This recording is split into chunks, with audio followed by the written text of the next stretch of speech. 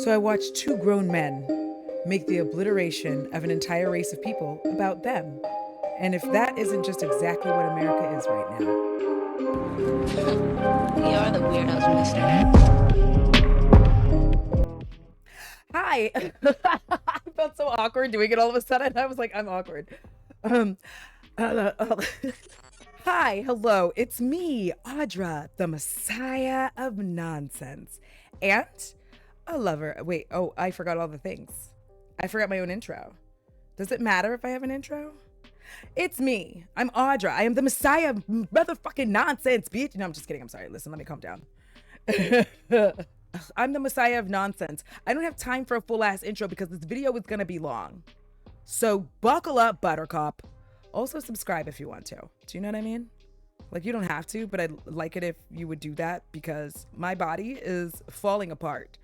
And it appears that I might need to start making some career moves soon because the current career is destroying my body. Also, if you are in the Patreon or the YouTube members, make sure you join the Discord. We do have that. Last night we were watching Long Legs. I didn't like it.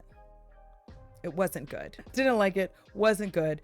But I do impromptu movie nights. All of the movie nights and things like that have to be impromptu because of my work schedule. So other than that, we're going to go ahead and get started with this. Now, I watched this live.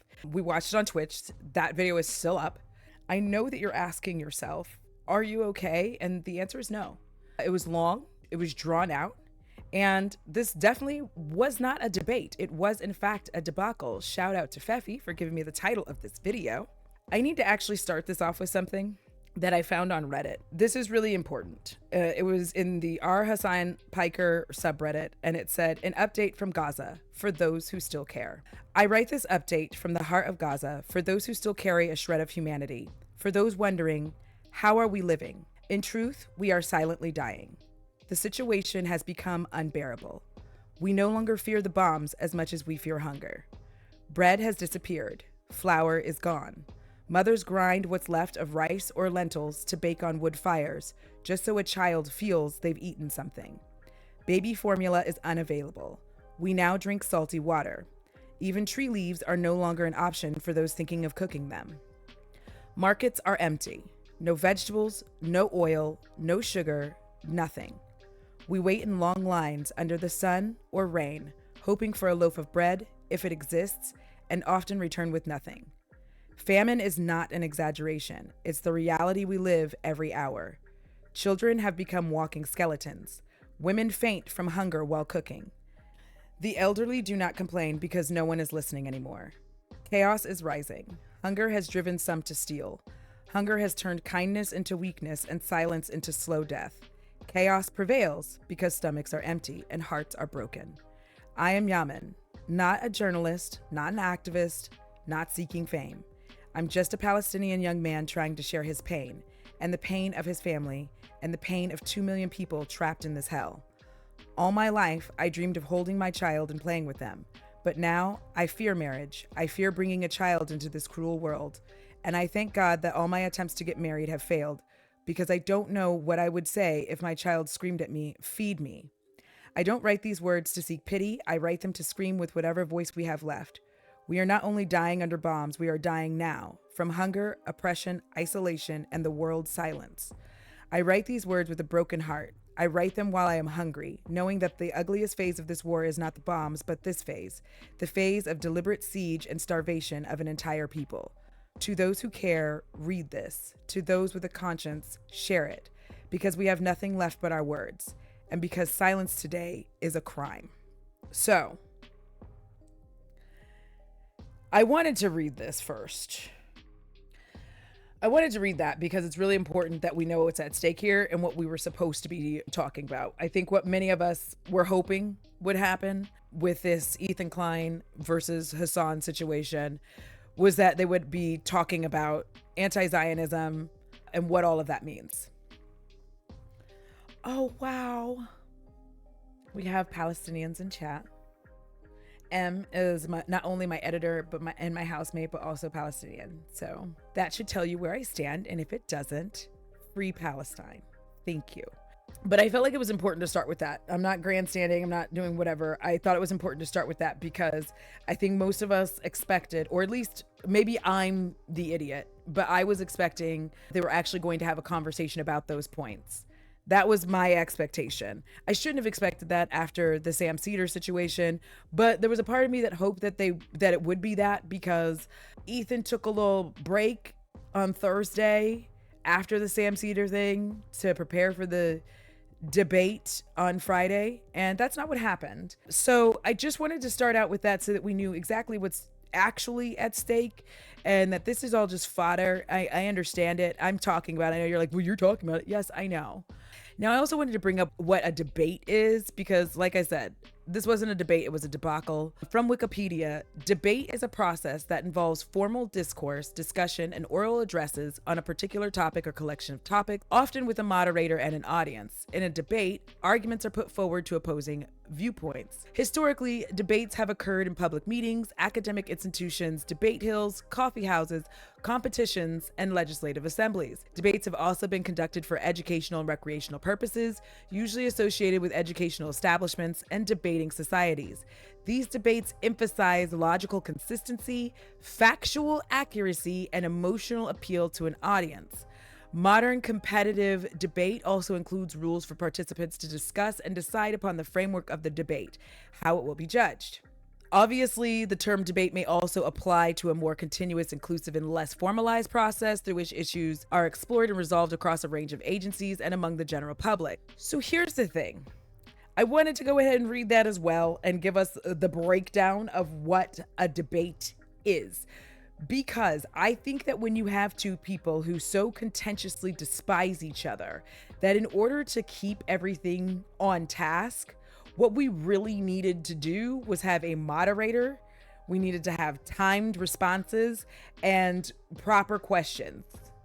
Even if it was that Ethan would present his question to the moderator, and if they wanted to do it on the fly, and then if I was the moderator, Ethan would present the question to me, I would present the question to Hasan and be like, you have 10 minutes to respond, or two minutes, whatever it is, right? And then he responds, and then I would have the ability to mute people when it was going on too long, or when they just started yelling over each other.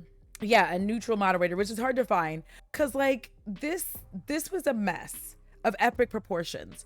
And it was one of the reasons why I just really, I have points that I agree with with Hasan. There are other points where I don't agree. There's sometimes where, obviously he sticks his foot in his mouth. I do appreciate that he does apologize when he is in fact wrong.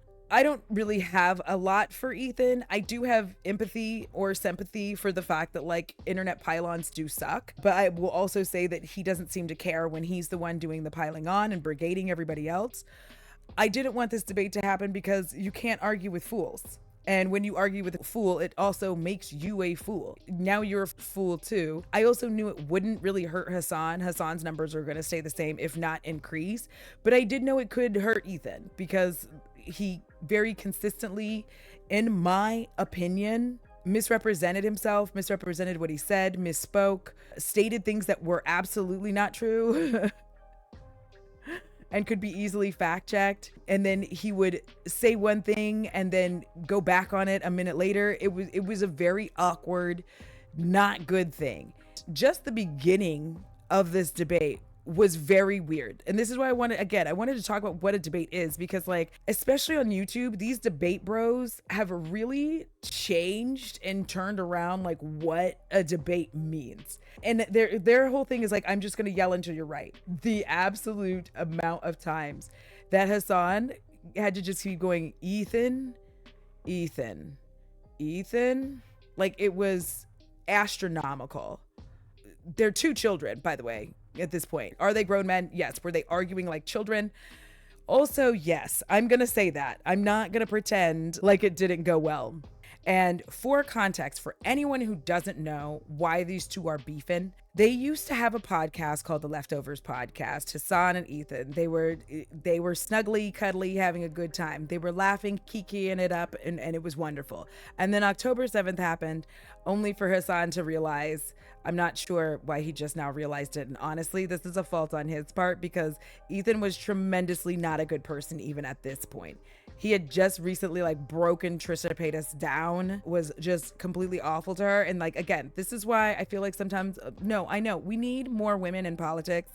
We need more women talking about these things because I just feel like, my opinion, you had these two guys like working together. You had Hasan working with somebody who is not a nice person. So just the same way, in my opinion, that Hasan will make fun of Ethan and be like, oh, I groomed a grown man into not understanding my points. I'm gonna say that you overlooked a lot of negative shit about Ethan in the first place to have a podcast with him. You do talk a lot of shit about how like Ethan could easily look up, you know, your politics and know where you stand, but you could also have done the same with Ethan and have realized that like he's awful and misogynistic and he definitely does not like brown people. And while I understand that Hasan has this like thing about being empathetic and talking to different people who have different opposing views, which to a degree I do understand, and there's another degree where I'm like, it depends on who the fuck you're talking to. Don't have active white supremacists or active misogynists or, you know, any kind of like actual like actively like trying to preach absolute abject hate and nasty energy. But like also I can understand you having a conversation with somebody who has a different point of view so that maybe you can learn to maybe meet in the middle like things used to be like 30 years ago, but like before Fox became like this predominant screaming match where everybody just thinks that that is what debating is. It's just like yelling and screaming over each other. You know, it was one of the reasons why I had a hard time even trying to trust Hasan, because I did think it was weird that he would have a podcast with somebody like Ethan.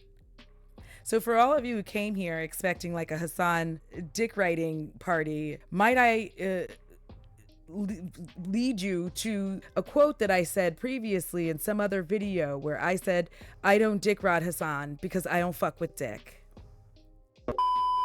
I didn't follow Ethan closely, so I didn't know much about his history. Here's the thing. Ethan's history is not great.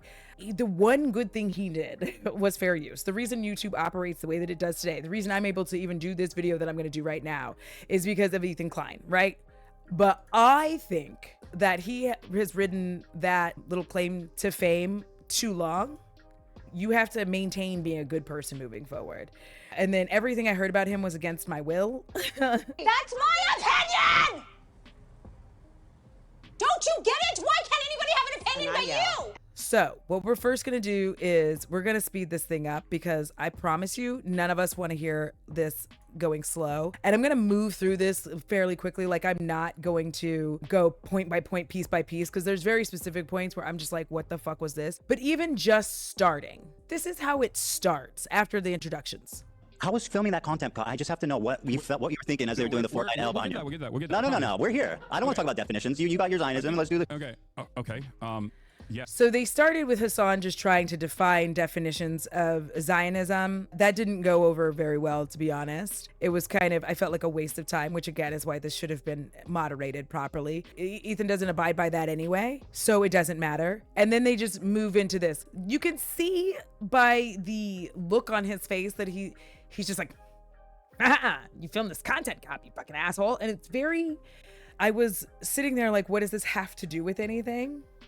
What is the actual point of having this conversation, babes? Like, why are we doing this? What's going on? Why is the conversation in any way, shape, or form about the content cop? Because I feel confident that for a lot of us, we were hoping that at the very least, I know that it wasn't going to happen. I'm not stupid. I knew it was going to be messy, but I was hoping that at the end, they would just, first of all, I wasn't hoping for 5 hours, damn near 5 hours of yelling and screaming. I was hoping for maybe like an hour to 2 hours of them trying to come to terms with things. Like, we're never going to agree. We don't like each other. Let's stop talking about each other. The end. Because the way women can walk into a room and not like someone and pretend like she does not exist should be studied. Because women do this on a very regular basis. We will literally act like we can't hear you. Like, I just move on with my life because to me, you don't exist. You've pissed me off to a level where I'm like, you no longer exist. I'm so sorry, bitch. So I don't know why they couldn't just grow the labia to have this conversation and to just be like, okay, use some labial strength. I know you don't have them. You have testicles, and maybe that's why this turned into like a weird ass little fit, but like, I don't know what to do. And also, I don't feel like the L was a Tourette's thing. Oh, they were L dancing. I don't know what L dancing is. Were they doing it too? That's whack for them. I'm not gonna do a react content yet. This is what he's referring to, this dumb dancing. I never even was paying attention to their L's. Listen, I'm gonna be frank with you, and you can be Susan. I was more focused on the big handsome hunk that is Hasan. I know I'm hypocritical. Let me live my life. Thank you. I couldn't help it. He was staring at me and he was talking real dark and deep into the mic, and it was making me uncomfortable but comfortable. Do you know what I'm saying? Listen, let me live my life. That Fortnite L dancing. Some of them feature sketches. Okay. I noticed you weren't in the other shots. Why was that? I think I was being interviewed by. Oh, really? Who was interviewing you? Was happening. I can't Really? remember. Really? Oh, that's convenient. I think you were embarrassed, frankly. You were absent from every other shot. Wait, I think why you would saw I him be- doing that. I think you saw him doing that Fortnite dance, and you said, "I gotta get out of this." No, And by the I way, don't I'm giving you credit for that. I mean, Ethan, you're a comedian. You know, you participated in some sketches. So this is how it starts. We start with trying to define what Zionism is, and then we just move into this content cop. And it keeps going. And also, again, the other reason, I'm just gonna say this again, like why I just didn't appreciate that Hasan had a podcast with him is because Ethan did blackface and said multiple times. That wasn't that long ago. So that's actually something I would like an explanation for. I know you don't know it to me. You don't even know me from Adam, but I find it interesting, your choice of friend sometimes. And don't give me that he was a good person and I knew him personally bullshit, because that's wild. I mean, Funny things. okay, you know what? Let's not debate the merit of our comedy. You're right. I'm very hacky, and so are you. Okay, so- By the way, you that's believe fine. that the likes were botted on that? What? You had said you thought the likes were botted on the content cop. Do you still believe that? What? The likes were botted on the content cop? I don't. I have The no dislikes were botted. The dislikes, sir. Yeah, you said it was brigaded and was botted. And it was unnatural. The dislikes on the video. I don't really care about this. I don't know. I mean, I don't. Well, I'm I don't asking. recall I don't saying care it, but I don't know why this is a major. You point did of say contention. it. All right, so you asked that No, question. no, no, no, no, Let's no, get back to some other definitions. Hold on. Let me finish, and then you can do your definition. Okay. Do you Well, it's think not it my was? definition? I want to hear your definition. That's fine. I'll answer it how you like. I hope you know that, like, you know, I don't know if you know this, but I didn't publish the content cop. iDubbbz did. This is why it gets weird. This section here goes on for too long. Why are we talking about the content cop? That's not what y'all even have contention on. It's just wild. They're gonna argue about this for way too long. And he just keeps going on and on about iDubbbz and whatnot. And the amount of times that Hasan basically has to patiently keep saying, like, I didn't fucking make it. I don't know why we're talking about this. So now we're gonna move on to Hasan asking if Ethan thinks Israel is committing a genocide. Okay. So, do you believe that Israel is committing a genocide in Gaza? Yes. Okay, great. Awesome. So you agree with the with numerous human rights organizations, the UN? I already said yes. Okay, great. No, that's important. Thank you. Thank you for saying that.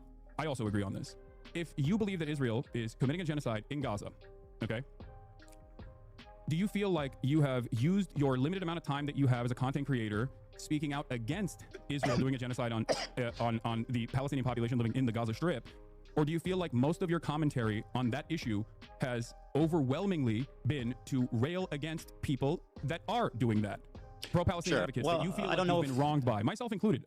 Yeah. I don't know if you know this, but Also, I didn't like the way he formatted that question, because when you're talking, you know, small brain, big brain shit, just in general, you could have just been like, if you think that, you know, this is what's happening, why are you spending so much time going after people instead of being pro-Palestine? What is the point of this? Like, all of this, what is the point in all of this? You're a grown man. If you really feel like you are pro-Palestine and you're doing good things, then do them. You've spent over a year attacking everybody. He's used his platform to make it all about himself. Yeah, you can sometimes just do things by showing, by action, instead of spending all of this time getting yourself worked up, you know, and you want to say you don't really talk about Hasan, which he does multiple times in here, and then tries to be like, Hasan, you're always talking about me. But like literally in his Sam Cedar video, which I don't ever do my cards or whatever, but maybe I'll put it at the end of this video.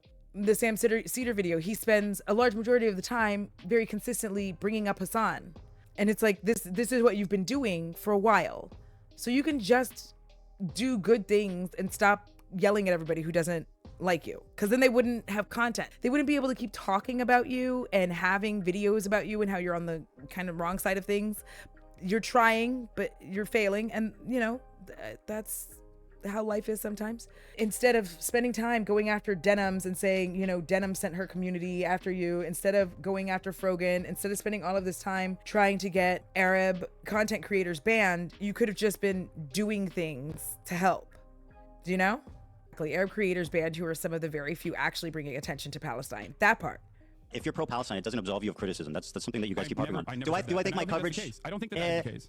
Okay. Do you think my coverage has been like totally balanced? I would say no. I've obviously given less time to the Palestinian perspective, and I think the reason for that is simply that not just the Palestinian perspective, Ethan.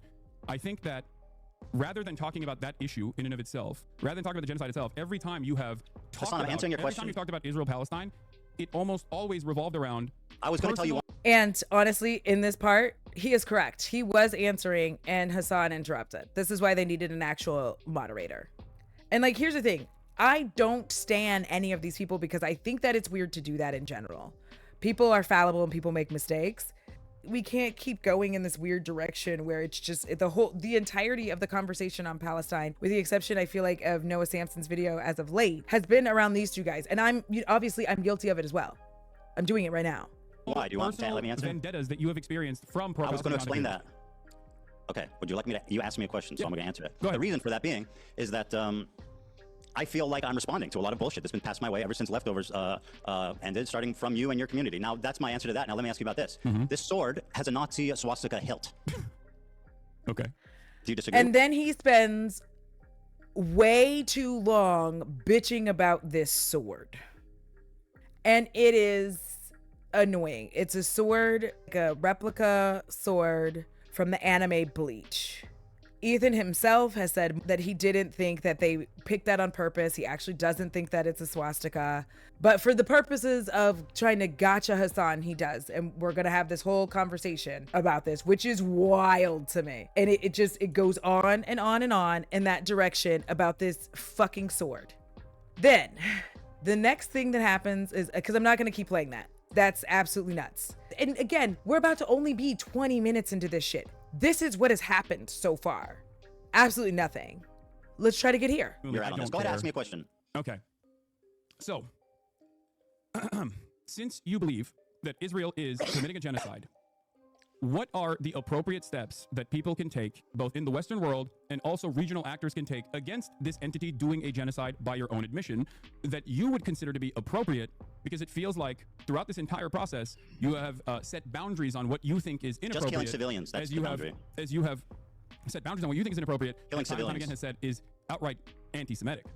My boundary is killing civilians. Here's the thing.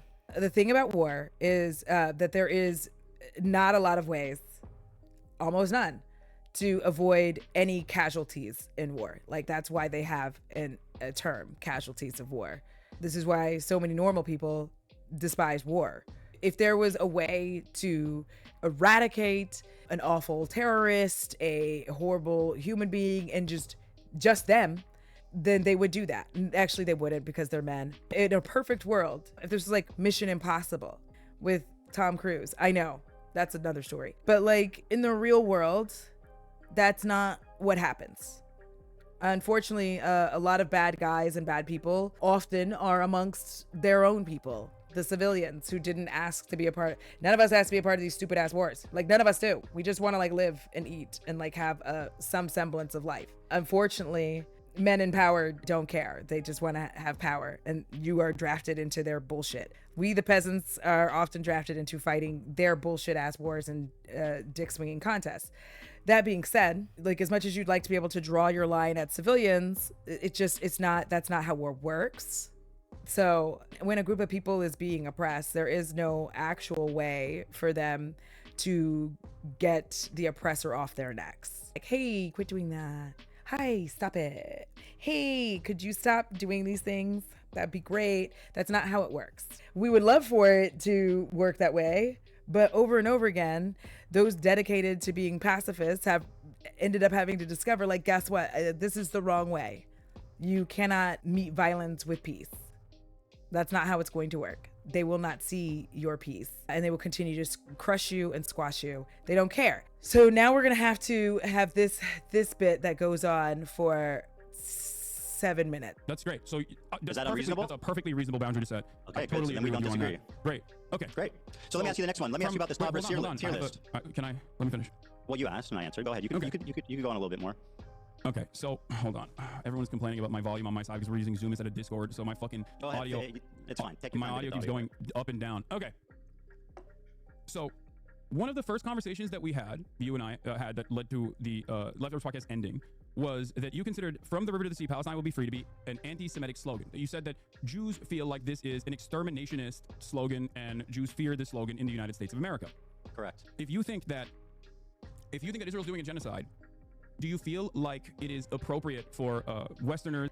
It is the Gandhi paradox. Like, I don't know why people think that. I have regularly been bringing this up because like a lot of people don't know this because like in the US, our history is whitewashed all to hell. But a lot of people do not realize that by the end, Martin Luther King Jr. was like, oh yeah, never mind. All y'all were right. All y'all were right. This peace thing ain't gonna work out. It's not gonna work out. And then he was assassinated. So in the United States of America and Palestinians and people of Palestinian descent to be able to use emancipatory slogans, or should they go to jail under the Trump administration?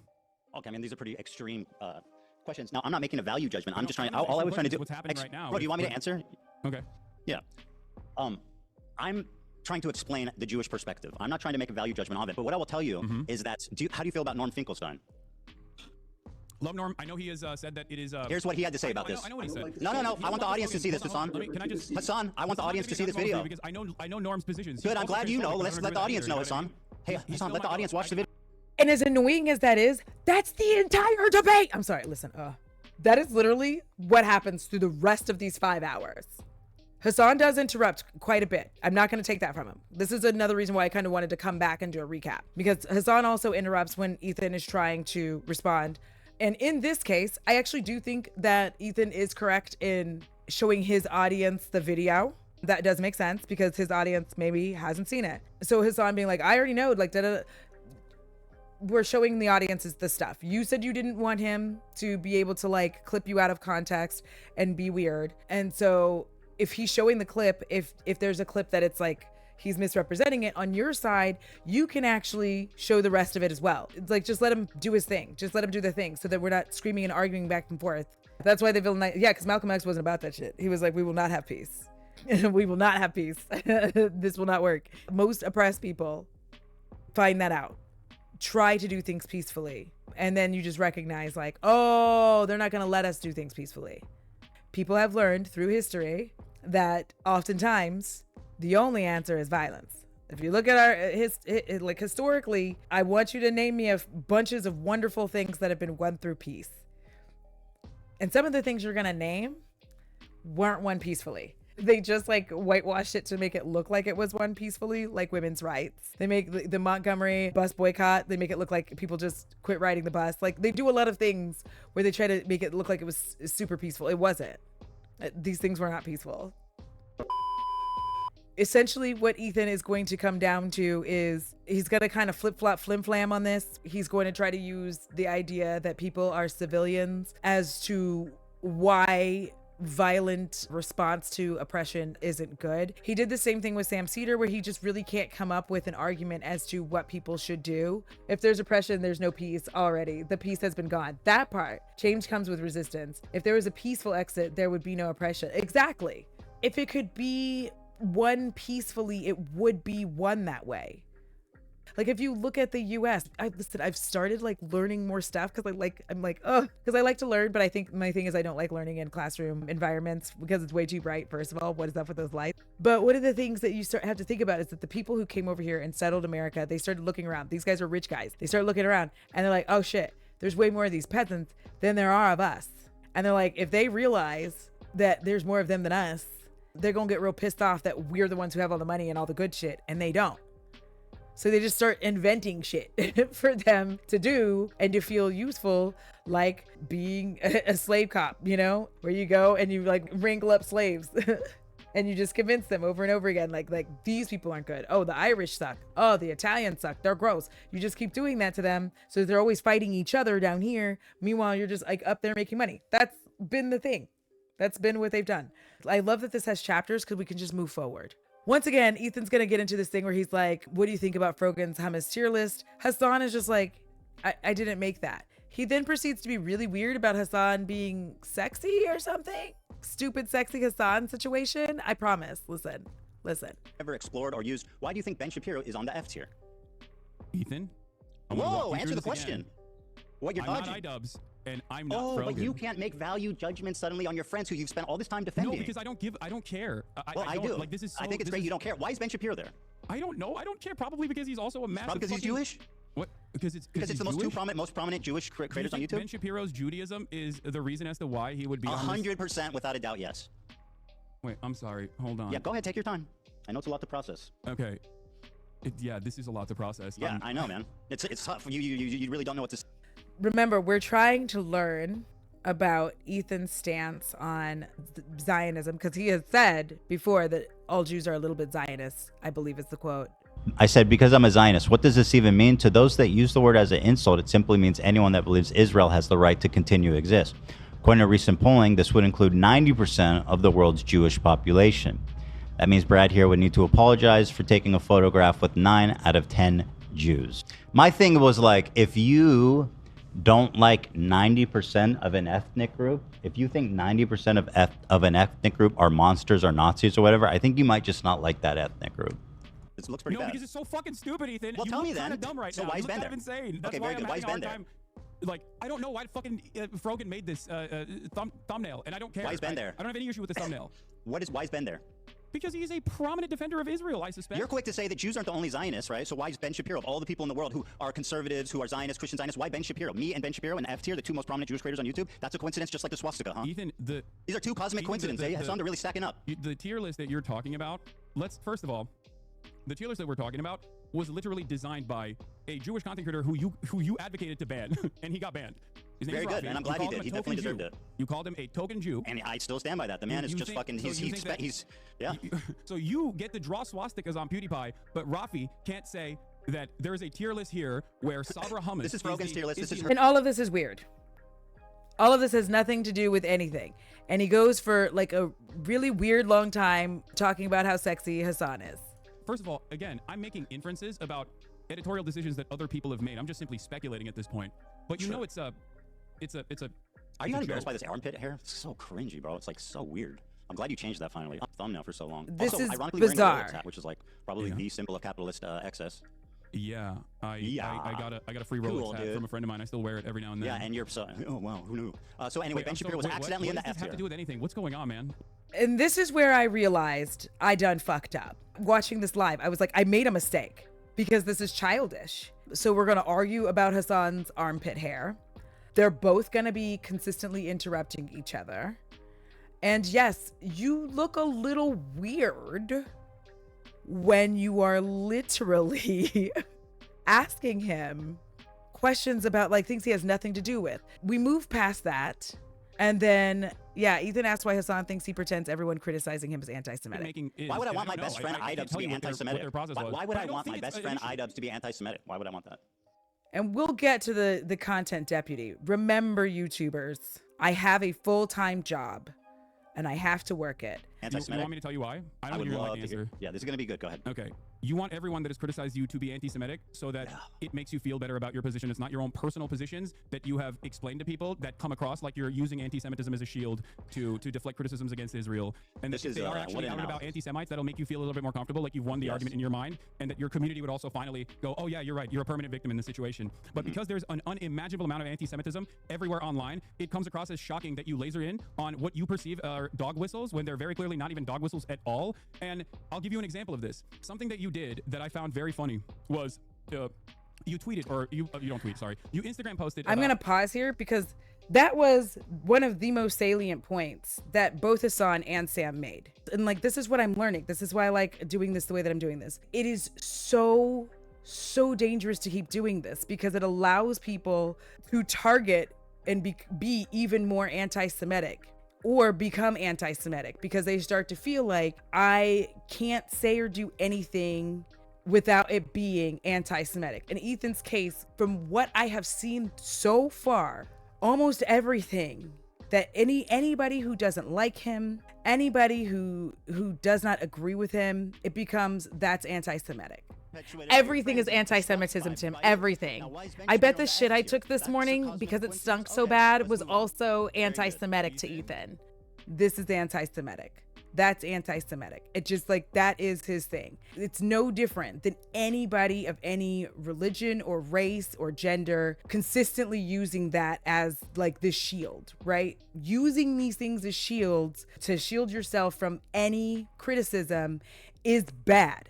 It's really fucking bad, because if actual racism is happening and you say, that's racist every time, like we saw this happen with Candace Owens, no one will be able to tell the difference between actual racism anymore, right? And just anything that you don't like.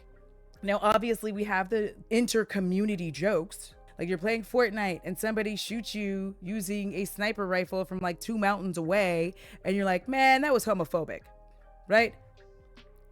Those are jokes. We're aware that they're jokes. It's inter-community jokes.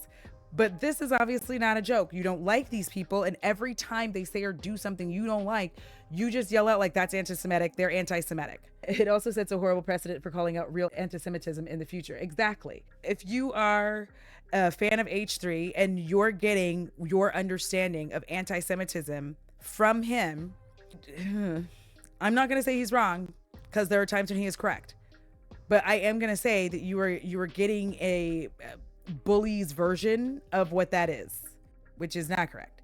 It's him literally calling that one dude a token Jew is anti-Semitic. Exactly. Because it doesn't fit his narrative. And this is the thing, when you create like a narrative and like a special hug box for yourself so that nobody can criticize you because you are sensitive to it. If you're sensitive to criticism like that, I think that there is a point where you have to, one, don't check any of those socials that are criticizing you. Just do your show and have fun. Don't do that, because it's like, it's bad for your mental health, right? If like that kind of criticism, if it really bothers you that bad, but you love what you do, you love being on the internet, like that's amazing, that's awesome. But also, don't be on Reddit. Don't be on Twitter. Don't look at anything that has people saying things that about you, whether it's good or bad, because it's not good for you. But anytime it doesn't fit your narrative, when anybody's pointing out like, well, there's other people that are Jewish, a Jewish person made this, and he's like, oh no, that doesn't count because da da da da. It gives that same energy when men say like, oh, those aren't men, those are boys. No, those are also men. You don't get to just take people out because it suits you, right? And like, that's what he's doing here, is he's like sitting here just being like, oh no, well, he's a token Jew, so that doesn't count. And you're like, okay. So it only counts when you want it to count. Got it. And like, that's what we're having to deal with at this point. My Theo Von podcast appearance. Sure My did. Theo Von podcast experience, where you were like, oh, I can't believe Theo Von didn't actually ask him about his like dangerous anti-Semitism or any number of different things in the conversation, including I think you talked about Rick Scott. Now, we did actually talk. Theo Von and I did actually talk about Rick Scott. Let's pull that clip up, Hasan. But hold on, let me finish. But what I found very strange about that was the fact that Theo Von, and I didn't even know this at the time, the day prior to me, had actually interviewed Candace Owens. I think you and I both agree that Candace Owens is an anti-Semite, right? I think that he was on that 1-2 punch. Okay, so Wow, so bow, bang. Do you Hit think him Right here, me being Taurus Leo rising, I would be like, you know what? We're not actually going to have a conversation. If you're going to be childish, let's just fucking be done.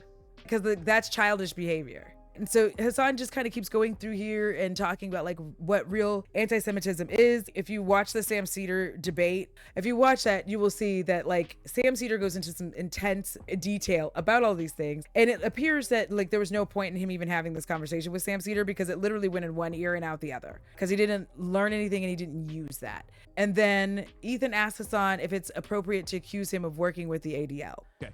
Okay, let me ask you, my turn. Do you think it's appropriate to accuse any Jewish person you disagree with of working with the ADL?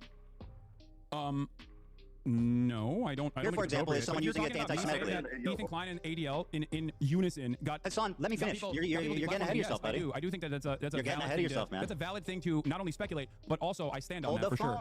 Hasan, I'm getting there. You're getting ahead of yourself, buddy. Here's an example of it being used in an anti-Semitic way. I'm sure you'll agree. Timeline on that doesn't make a lot of sense. Okay, so they bring this guy on who Ethan insists is a fan. I'm gonna set you up for this, because when it gets there, Ethan insists that he's like Hasan's biggest fan, like da da da da da da da da da da da. Hasan's like, actually, no, the guy had no idea who I was. He just is a clout chaser. And I've heard this story before, actually, so funny because I didn't remember this, because I feel like there was some video about this guy somewhere It turns out this guy was just a clout chaser. He had no idea who Hasan was when he like rolled up on him and was taking pictures. And once he realized it, he just started being like super weird. And it was very obvious he just like was being a clout chasing weirdo. Ethan is trying to use him as this gotcha because he's an awful piece of shit. He's an awful human being. And eventually Hasan does try to show him the clip where he's like, hey, that guy is not a fan. And one of the things you're going to notice is that Ethan very regularly starts doing this thing where he tries to get a gotcha moment on Hasan. And once he starts getting proven wrong about it, he gets mad and then says, who cares? You're not even in this clip, bro. What are you talking about? You're not even present. What? You're out playing with swastika swords or something. You're not even in this clip. Dude, why chat, I think he's showing it on his side. You're not seeing the clip. I played it. Yes. Yeah, he's showing the clip. That is the first introduction of this character onto the broadcast, and he doesn't know who the fuck I am. He just sees cameras and goes, oh, I would like to do interviews with this person who is famous, it seems. That was the whole point. The reason why I showed you that is because he was never a fucking fan, and then when he saw the full extent of my viewpoints, he started calling me the F-slur. He's a Sneeko fan. Hasan, in that clip, he doesn't see you. You're not there. Ethan, he is a clout chaser and not a Fine, fan. bro. I don't care. Who cares? Well, Let me I ask do you a care question. because Okay, I very do good. care.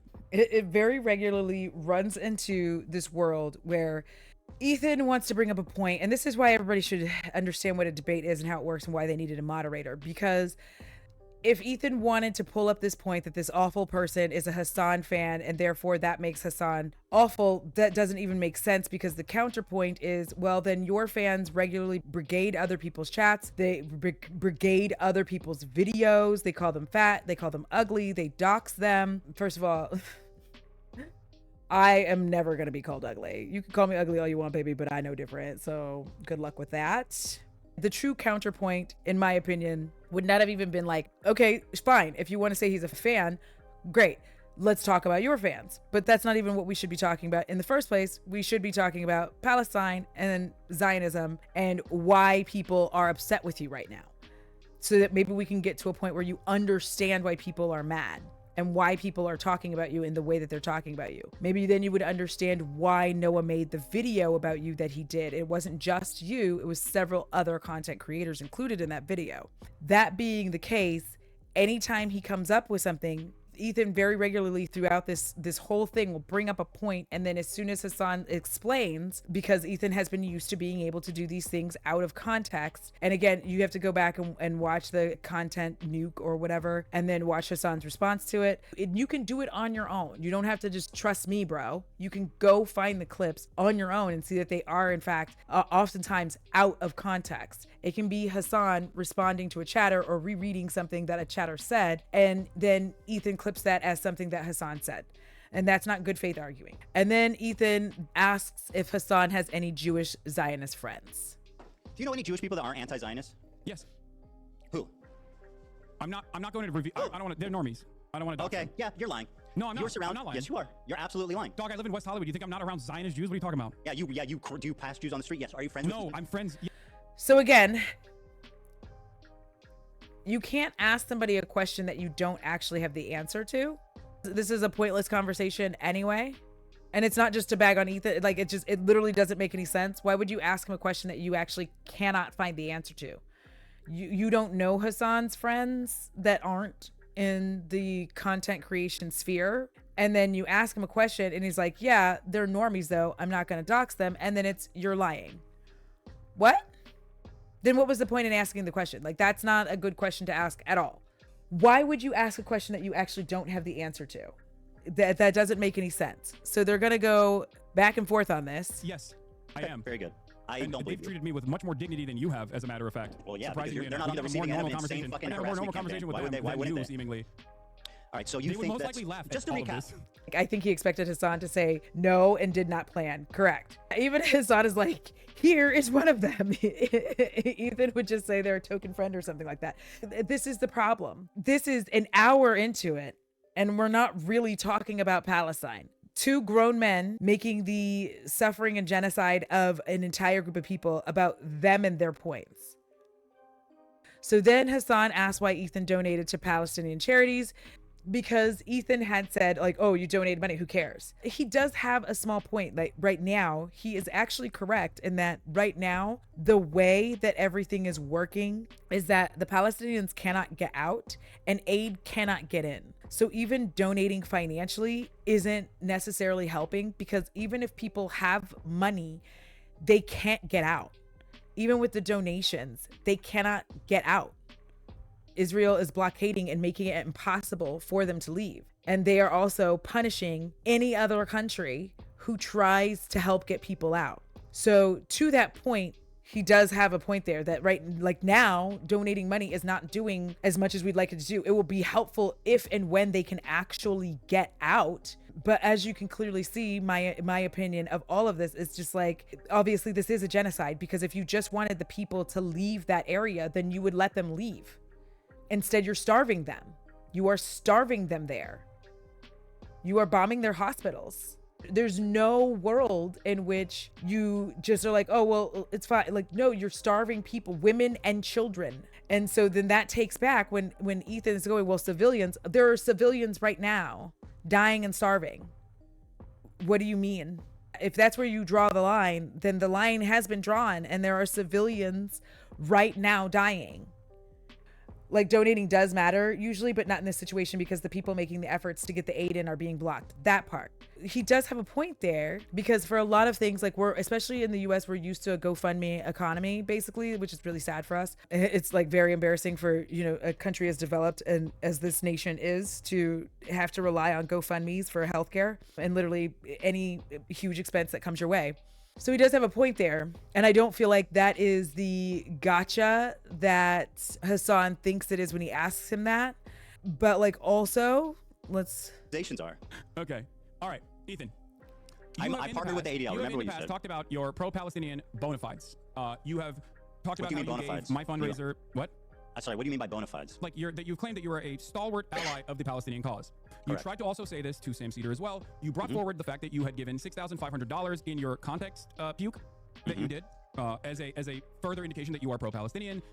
Even though you then turned around and actually criticized additional fundraisers that had taken place, like the Creators for Palestine charity that generated $1.3 million, including the fundraiser that you initially had given $6,500 to, as a reason for why you were such a staunch ally. Why did you turn around and say that pro-Palestinian fundraisers are actually completely irrelevant in the grand scheme of things and completely useless? Do you think? But it does help people there buy things that manage to get in. Yes, you are correct. You are correct.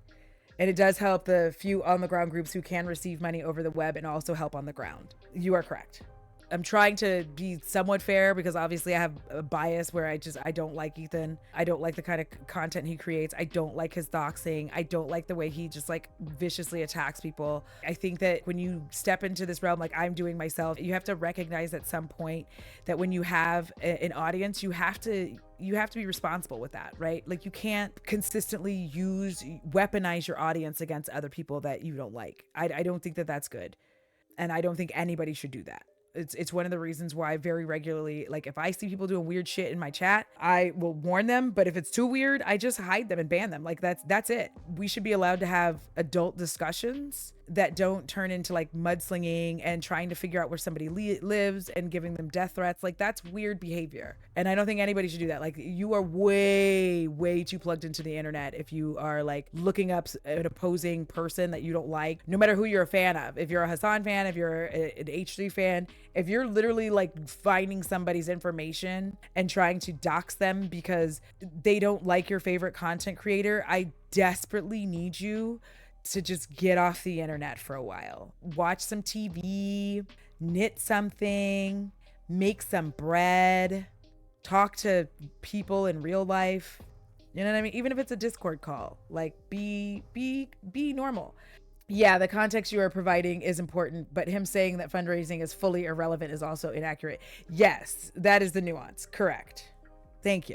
That's why I love that pro-Palestinian charities are simply there to make yourself feel like you're pro-Palestine. Do you feel like $6,500 was enough for you to spend the rest of the year actively deplatforming pro-Palestinian content creators? Harassing me? What? I'll answer your question. All right. So I claimed when talking about, now by the way, this is something I criticize you for, which is being obtuse, mischaracterizing arguments, and basically just being a prolific liar. So here's what the conversation was about, right? I was talking about how That's a lot of projection because I do feel like he's very regularly obtuse throughout all of this. Like even when he's talking, he's like harassing me. I need people to understand the definition of words. Harassment is not the same as criticize. They're not the same. They're not the same word. They don't even have the same definition. All right, moving forward. When you're talking about activism, raising money isn't the most important thing because it can only do so much. There's other ways to do effective activism, like protesting, et cetera, working with Palestinian organizations. So I'm just saying. I'm going to say this right here. I'm tired of it from like a lot of leftists have been doing this. Like if you're not out there on the ground, like you don't even know. And I just need y'all to shut the fuck up because everybody can't be out there on the ground. There's tons of different ways to be able to help. I think his argument here begins to get disingenuous because he also donated and then proceeds to like go on this whole thing. Well, are you doing any of those things? That's why however people can donate and can help is how they can help. However people can protest is how they can protest. If all you can do is boycott, then you're doing enough. Because if that's all that you can do, if that's all you have the capacity for, then you're doing enough.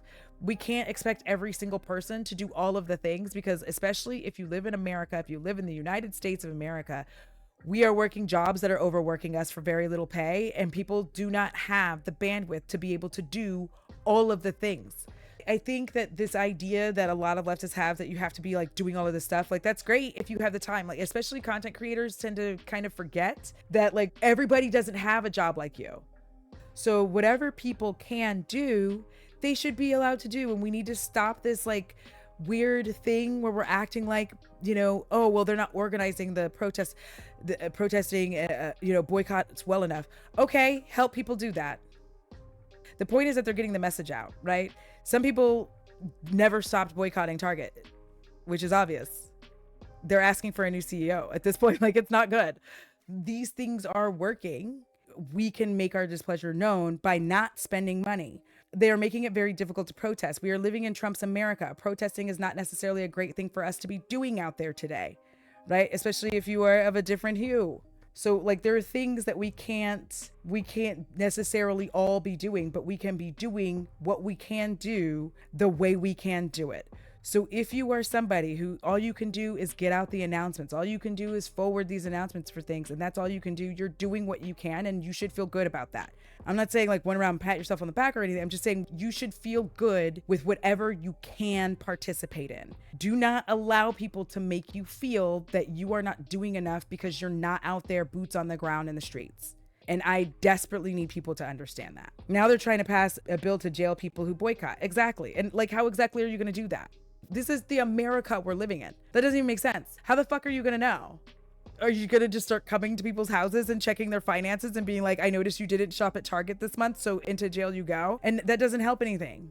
You can't force the entire country to go buy a shitty fucking Tesla.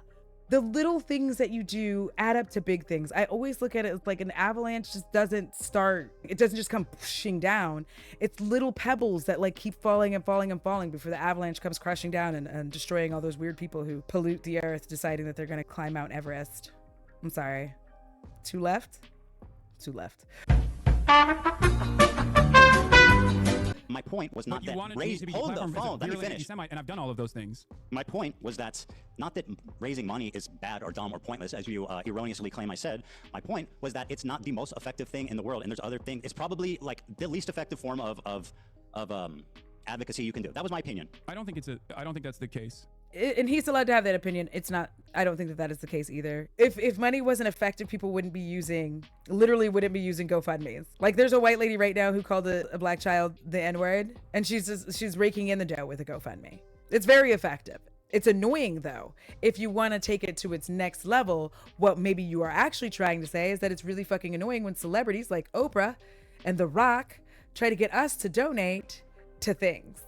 When celebrities are like, hey, this place is on fire, it's being ravaged, donate. I'm like, I'm so sorry. Are you talking to me, a poor? I feel like you have the money. You do it. Leave us poors alone. You are correct that the right wing are better at wallet activism than the left. And a big part of that is because way too many people in the left are jaded and shitty and are always trying to like find some way that you're cheating the system. And like, stop doing that. If I give somebody money, I give you money. Whatever the fuck happens after that, that's none of my business. That's been my policy for a long time. I've had that policy since I was in my like teens, If I give you money, I gave you money. Even if I tell you, like, you're like, can I borrow? I'm like, just take it. If you can pay it back, great. If you can't pay it back, you know, it's fine. I don't want to be on this thing where I'm stressed out and watching you spend your money. I don't like to be a pocket watching ass bitch, so I just don't do it. If I give you $20, it's $20. Like, if you give it back to me, cool. If you don't, you know, oh well. But the funny thing about their wallet activism is they still also will not put money into your like right-wing ass businesses though, which I find hilarious. Like people be like, oh, they were trying to cancel me. Now I'm making America beer, right? Nobody buys the America beer. Because they do it to prove a point to show that how like racist and angry they are. That's the reason that they're doing it. And I don't think that the Palestinians that receive That's those... not the case. What I said or what I claim? No, your claim is wrong. In Okay, terms that's of the fine. We fundraisers disagree. not being important. That's fine. So we've established that you claim to be pro-Palestine, and yet you've spent all of the genocide coverage criticizing people Attacking who people are that harass me. fundraising, creating, working with Palestinian organizations. I never said it's not interviewing important. interviewing Palestinians from Gaza. Hasan, being an and advocate for claiming that Palestine they does not are- absolve you of criticism. Claiming Stop that with the they are silliness. anti-Semitic. No, this does. And so he says this, being an advocate for Palestine does not absolve you of criticism. Exactly, Ethan. Exactly. Which is what you are receiving. It's not harassment. People pointing out it's pointing out the things that you have said that are incorrect, that sounds Zionist. These people are going to criticize that. That's not harassment. They argue back and forth like this the whole time. Then Ethan asks why Hasan says he works with Destiny. That actually just, it's a non-issue. It fucking doesn't actually matter to the point. So we're now an hour and 15, almost an hour and 20 minutes into this. We're really not learning a lot of good information, and it's really just back and forth bullshit. Essentially, when you look at the content puke, a lot of the clips that Ethan used came from Destiny's subreddit, and it was shown multiple times. So then Ethan asked what he and Hasan have disagreed. So now we're getting back into Palestine again. This is kind of embarrassing. to Year and a admit, half. But I defended you both to my community and in general because I thought that you were a lot more open-minded until pretty What much have we disagreed on? the December What of have we disagreed 2024. on? Which is dumb. Also, Hasan, you're dumb for that. I'm sorry, but also, no, I'm not. I don't know why you would think that the two of you would agree on things. I don't actually know why you're having this conversation. I don't know why you still haven't gone back to look at the shit he's done and be like, yeah, maybe people don't change. Ha! Surprise. Literally before your podcast, he was like in the process of destroying a whole other woman. And you still had a podcast with him. Okay, cool. I'm sorry. What am I not open-minded about? What have we disagreed on, Hasan, other than me criticizing you and your friends? What have I said against the Palestinian people? Go ahead. What we are What do we disagreeing disagree on is what you choose to focus on and that what seem you think significant? is the major point of contention here. Well, that's first of all, I'm what I choose to focus on is certainly something you It's can a little critique. frivolous. But does that justify like lying about me continually for a year and a half just because you don't like where I'm focused? That seems immaterial. Lying about what? About me being a Destiny fan, about hallucinating, sweeping for your anti-Semitic friend. In my original react while this was live, I said something similar. I feel like I'm watching my sister argue with her toxic boyfriend watching these two. Yes. It's so weird and awkward that like, cause it just feels like you're in the room with like two people who are arguing and you're just like, shouldn't be here. You're at a party and these two people have started arguing and you're like, oh, excuse me. I'm just gonna get one of these hors d'oeuvres over here.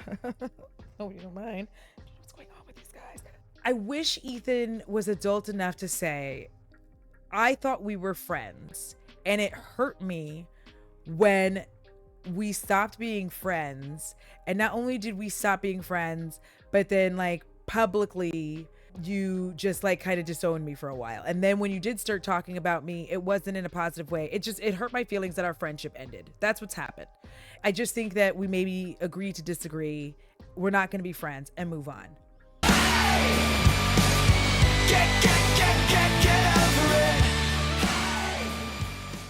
Move the fuck on. They're gonna sit here and argue like this the whole time. Lying about context, saying that my video's out of context without watching it. Hasan, take your time. Do you feel like your video wasn't out of context? Wasn't a clip Absolutely not. compilation of a 2-hour sequence of out of context clips? You want to do this? What's out of context? Okay. Name one thing. Go ahead, read the chat. Someone will send you on Discord. No. I have it readily available. Well, I'll wait.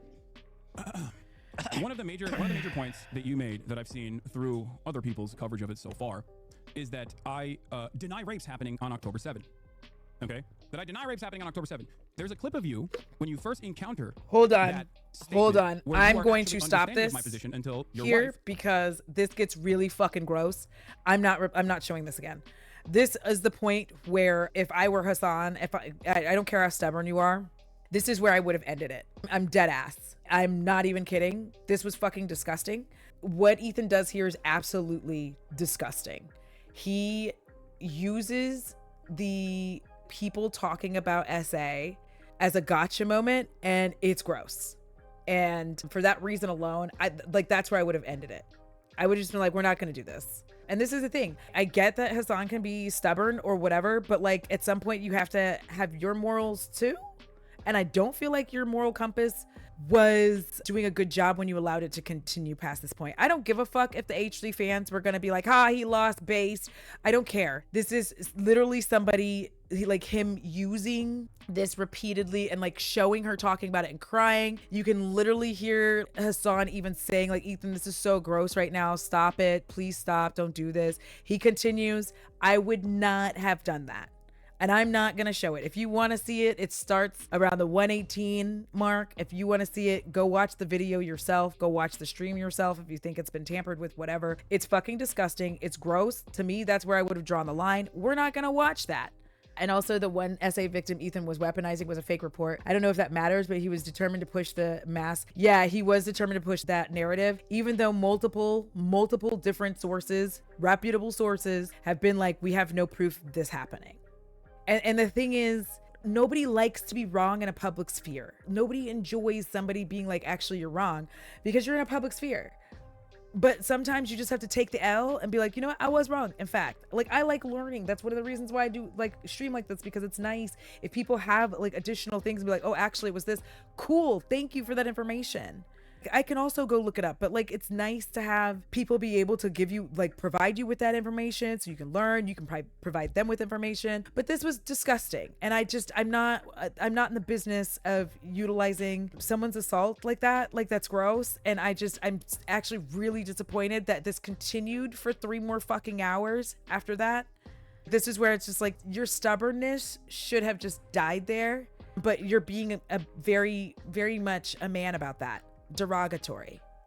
You have claimed falsely that I do not recognize the testimony of a sexual assault that took place in captivity. That was false. Do you admit that? It was false. Yep, she lied. It was false. No. It's a falsehood that you claim that I don't recognize that. Do you admit that?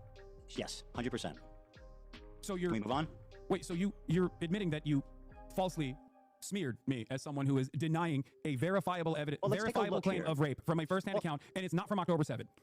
Okay. Yes, I'm smearing you. Can we move on, please? See how if they had a moderator, this could be so much easier, like an actual moderator. Look at the shock on Hasan's face. I'm sorry, like, this is squishy, and I'm gonna figure out how to like make this the right size next time, because I'm still trying to figure out how to like make all of this work properly when I do this. The way that Ethan just admitted, like, yeah, it's false. I'm smearing you. So then Ethan asked Hasan to explain a tweet about praising Israel proper. It to me devolves into them screaming and yelling. Like, look. Okay, well, anyway, the phrase I said is that my experience in Israel proper. What happened after that? When AB chimed in, I wonder. Anyway, listen. Who knows? I mean, you like to make inferences based on. I'm just asking. I don't know. Are you? You know what's so funny? You know what's funny? It's all on the audio. Go listen to it, dipshit. It's on the audio. You don't know what you're talking about. You're a path. Do you see what I mean? This is what we're doing. So now we're just going to move on to Ethan asking what he has ever said that is Zionist, because I'm just not going to listen to them like fucking call each other names and be, it's very ick, actually. Very ick. Genuinely, this is embarrassing for both of them. The reason why people think you are a Zionist is not because you're Jewish, but because of what you're saying. They heard your What did I say that's Zionist? And they made these inferences. What have I ever said that shows that I'm Zionist? Ethan, the way that you have tackled this subject matter. Say one thing that has shown the world, undoubtedly, how Zionist I am. I mean, that I am worthy of the scorn of you, the entire left. That was what you just said. So that's one. Does that mean I'm a Zionist? I mean, and by the way, that was a recent clip. That doesn't explain the last 2 years. Yes, it doesn't. And there's. So what did I say in the last 2 years besides that clip? What did I say, Hasan? What did I say that's Zionist? You can't give me one fucking contextual example of me saying something that's Zionist after this entire. Go ahead. Yeah. Okay. You have something? I have many things. As recently as last month. List one example of me saying. So just to save you, because listen, I literally, like, do you see how I'm like, I get like blowback from this, because like this is why I don't watch a lot of news where they have like different people. It's why I can't watch The View. I cannot watch shit where people are just like screaming at each other. My brain genuinely can't handle it. And again, this is where I'm just like, why wouldn't you have already had like clips prepped and prepared so that we could just know that this was going to be a talking point, and you would have stuff prepared and you'd be like this, and this? Because like one person needs to be able to speak. It's just he's gonna argue and scream. So then Ethan asks if Hasan has a problem with Hezbollah. Hezbollah, when it was first founded, I think was a noble thing, right, of defending Lebanon from the IDF invasion, and they were successful in sending them back to Israel. Now, since then, a lot of terrible shit has happened, right? And you sat there and you said, I do not have a problem with them. So do you not have a problem with what the Hezbollah did in Syria, mass murdering civilians on the behest of Assad? Can you find a single instance where I've actually said I have no problem with Hezbollah's actions in Syria? You said I don't have a problem with Hezbollah. No, that specifically. You know what's so funny? Do you feel like that is the entirety of my conversation? Because I have talked about Hezbollah's actions in Syria, as a matter of fact, and I do have a problem with that. Yes, you're precise with your words, right? I don't think that harming civilians is in any way, shape, or form remotely correct. Now, having said that, I'm glad that you brought up Hezbollah, because again, in your video, you falsely claim that Hezbollah is responsible for 500,000 deaths in the Syrian conflict. Okay, yeah. You say that Hezbollah is responsible for 500,000 deaths in the Syrian conflict. They participated. That is the entirety of the deaths, including the Hezbollah militancy in the Syrian civil war. And therefore, what? They did nothing wrong? No, that's not what I'm saying. So at what all. does it matter the exact counts? You erroneously claimed that they were responsible for all the deaths. You stood in front of they collaborated. Footage. You stood in front of footage of an entire town that was destroyed by what? Yeah. By barrel bombs. Who has the capacity to have a air force and use barrel bombs to destroy an entire city? Do you think Hezbollah has an air force? They participated. You're not listening. You're being silly. Is that why you posted that photo? Why are you defending Hezbollah's action in Syria? Do you think that's a good look? I'm not defending that. You sure are. Hezbollah didn't do that. Do you think Hezbollah would never blow up a village in Syria? Do you think Hezbollah has? So basically, this is where it goes wrong. Because like, one, he just keeps going back and forth. You're being silly. You're talking over him while he's explaining it, and it starts to get to where you're just like, this is my thing. Is I would just be like, if somebody kept doing that to me, I'd be like, okay, obviously we're not having like a fun neurodivergent ADHD conversation where we're like talking around and over each other and having a good time. Y'all are arguing fiercely, and while he's answering, and this happens, Hasan does it too. While he's answering, it's just him. Who cares? What does the number matter? And like, as you're saying, he turns 2K into 500K. That's why it matters. Yeah, he's clearly trying to not understand. Like, he's on a path of like, I'm deliberately going to misunderstand everything that you're saying. I'm going to twist it. I'm going to turn it. I don't care. And he's going to keep doing this thing where he doesn't care. His whole thing is like, I just want to ban people who don't like me. That's a very immature way to do things. I don't believe in deplatforming for the most part. There are small exceptions, but I don't believe in that because I think it's a very slippery slope of our ability to have like free communication and to create how you want to create. Obviously, again, I do have small exceptions. Yeah, he came to this debate for gotcha moment. He literally came to be able to be like, ha, gotcha. And it's just weird behavior. Like, grow up. Stop it. Get some help. Okay, Hasan, can I ask you a question? Why the fuck were you browsing H3 Snark the other day and pulling clips from that? I don't know. Someone fucking sent me a clip in the chat. Oh, okay. And so you shit and pissed about me pulling a meme from Destiny's subreddit. Ethan, I've never even pulled the subreddit up, but you're on stream browsing H3 Snark. How do you explain that? Ethan. So here we are arguing about nothing. Again, this is the most salient point to me. This is the most important part. Hasan asked if Ethan has evidence. Reddit called CPS on him. For those of you who don't know, there's this whole thing with Giardia, which is like some kind of virus that you get from eating shit. So that being said, Ethan's talked about it on his podcast, and he says that basically almost like the entire family gets it. I'm just paraphrasing here. Don't come here being like, oh, that's not exactly what happened. I know, I don't care. The point is that at some point, somebody called CPS and CPS came to his house. As soon as that happened, he then proceeded to start blaming everyone under the sun, even though these people, he blamed Hasan, he blamed Denims, he's blaming multiple people, the Snark subreddits for doing it, with having literally no proof of it and just sending people after them for calling CPS on him, completely forgetting that he has his own podcast that people watch. So it could have even been his own audience members. Your entire subreddit is a snark subreddit dedicated to me. What the fuck are you talking about? That's literally not true, but I don't have a single issue at this point. What are you talking about? You have personally moderated your own subreddit to turn into this, by the way. What? So many people that have criticized you're lying. you from your own fan base have left your Hasan, community you for said this your reason. community has because you nothing to can't do with take a this. fucking ounce of criticism from your paying members. How many people are like, I love Teddy Fresh. I have so many fucking pieces of Teddy Fresh clothing. Now I feel embarrassed to wear it because look at what he has become. There's plenty of fans. Don't worry about that. If you want to talk about it, if you want to talk about it from the perspective of psychoanalysis, the real reason why you've gone on this endless vendetta is because you can't comprehend the reality Christ, bro, I that just your wanna have a conversation. I don't want to like your just own like audience just that you've dish out cultivated forever. has a difference in opinion in the way that you've presented yourself throughout this conflict. Hasan, And if please, you let me just demonstrated, talk. This is if you you say demonstrated your a community has fraction, nothing to do with the harassment that I've Ethan, received. if you demonstrated, please, Ethan, Hasan, listen to me. finish your point. If you demonstrated Hey, a dude, fraction, you gotta let me finish the I'm gonna point. mute This is you. ridiculous. I'm gonna mute you and just keep talking if you keep doing Okay, this. that's great. I think that means you won the debate. Yeah, no, listen to me. If you So I'm not demonstrated a muted. So fraction hold on, of the let me humility, finish. You gotta let me say something. if you demonstrated a fraction of the humility you did just now, most people would not have left their community, by the way. Say something. I don't care that they left the community. That was obvious. You definitely do. I've got plenty of fans left. Don't worry. Here, listen. You Maybe. claim your community has nothing to do with the harassment. Yet you said in the same breath that your chat linked you to H3 Snarp, the subreddit primarily responsible for coordinating that harassment, and you pulled it up on your stream. Do you have evidence that H3 Snark called CPS on you? Did I say Like that? random anonymous Redditors? Did I say that? Wait, what's the? I said Who they're called primarily responsible for harassing me. Who called CPS? What the fuck? So I don't know. So I don't know. So I don't know. Finally, this was such a big thing because he's been attacking all of these people, acting as if they have done, implying that these people have called CPS on him, even though all of the people that he's been talking about have been actively saying like it's not okay to do that. I don't believe in calling CPS for the most part because most of what they do is separate families, but like, why did it take this long? Like, we're so far into this. This is an issue that should have been brought up. This whole thing could have been 1 hour, an hour and a half at max, if they had gotten to the point.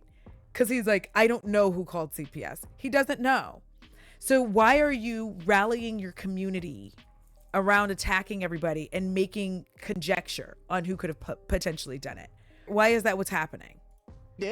You're dodging, bro. You are absolutely dodging. You claim your community has nothing to do with the harassment, yet you were browsing H3 Snark. Now, let me ask you this, Hasan. How many times have I browsed the Destiny subreddit on my show? Blamed virtually everyone for calling CPS. Answer my question. So you don't know who called CPS? So now we're going to have Hasan bringing up Ethan calling anti-Zionist Jewish people token Jews, which is wild behavior. My argument with you in that conversation where I said there's not anything I can do was literally because of the way you were presenting yourself. In the conversation that we had, you inferred that JVP was akin to capos. You said that from the Palestine would be free is actually I'm not gonna let you stomach me again. Another pathetic Jewish fucking people. lie. Holy shit. You literally fucking posted about a pro-Palestinian dude on Twitter saying that he would be thrown off of roofs like fucking Hamas is ISIS. You say all of that. If it walks like a duck, it walks like a duck. Most people are gonna not think that you're a chicken. They're gonna think you're a duck. Okay, I'm not going to get sunlocked by these insane accusations. I never called them capos. That's what you said. That's part of the harassment campaign. You put those words in my mouth, and now it's something that I still hear. I have never called them capos. So you haven't, as recently as a month ago, still called them token Jews and that they are completely off base with the rest of the movement. Is that the same as capos? Do you have a problem with like levels? It's all or nothing. Is calling someone criticizing someone via token the same as calling them capos? Why would you call Jews who are standing against genocide, which you also recognize as a genocide, Can I play this? token This is a clip. Jews that are not Here's what he said. representative of the broader movement? They're You also called Matt Liba capo.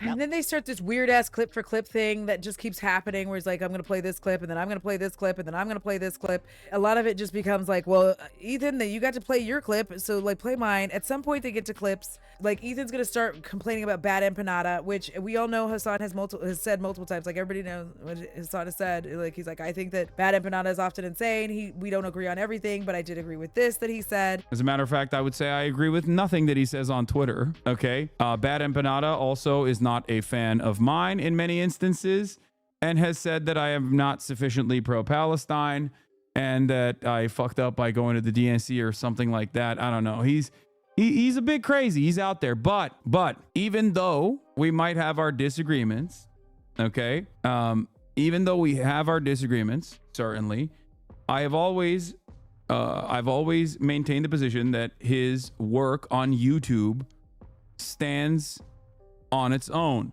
His YouTube essays are fantastic. His YouTube essays are awesome, and they're well sourced and well researched for the most part. But again, this is Ethan arguing people who aren't Hasan. And this is the crux of the issue for me, is it's like Hasan does not control everything. In fact, I'm pretty sure I have a very funny clip about that. Ethan keeps pinning like everyone disliking him as it comes from Hasan. Like as soon as Hasan says something, we're like, I agree.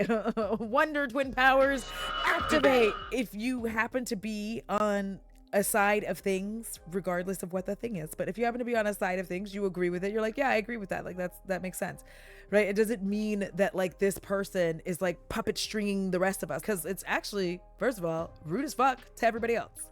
Like, we don't all have minds. Ethan goes on his claims that Hasan is obsessed with Hasan is obsessed with him. We have seen that to not be exactly true. I will say that Hasan should just back off of showing any fucking clips. Hasan then goes through and he shows like, oh, look at how many Instagram stories you showed of me. Why are y'all obsessed with each other? Just break up. Can't believe you're getting so worked up about some guy. Dump him, sis. He's a guy. Hasan, this is actually a salient point where Hasan does bring up that Ethan is trying to sue anonymous Redditors. This point to me was quite salient and important, because I think that if you watch the way that Ethan behaves here, he very much doesn't want his audience to see this, because I think he's been pretending like it really isn't a thing, but I don't know for sure. How are you complaining about this? Not only that, but you also tried to sue anonymous Redditors to dox them, which you openly stated. You wanted to dox them to their families. What? You sent frivolous lawsuits to Redditors, to anonymous Redditors, knowing full well that they would be scared into submission. You also posted about that on your Instagram stories as well. Can anonymous Redditors defame you and harass you? Can anonymous posters who literally posted fake, they doctored posts, posted it on our subreddit saying I was banning people who are wishing a happy Ramadan. Okay? And that went viral. I don't even know what the fuck that was about. Well, it's an outright lie. Hold on, dude. Let me respond. You just get your lawyer to. You need to stop, because I'm going to try to bully, extort people. There are anonymous Redditors. Extort. That you need to stop, to me, was indicative of someone who's like, don't bring this up. Sure, who's they said some extorting? shit about you. Bro, let me answer. Are you just going to fucking get?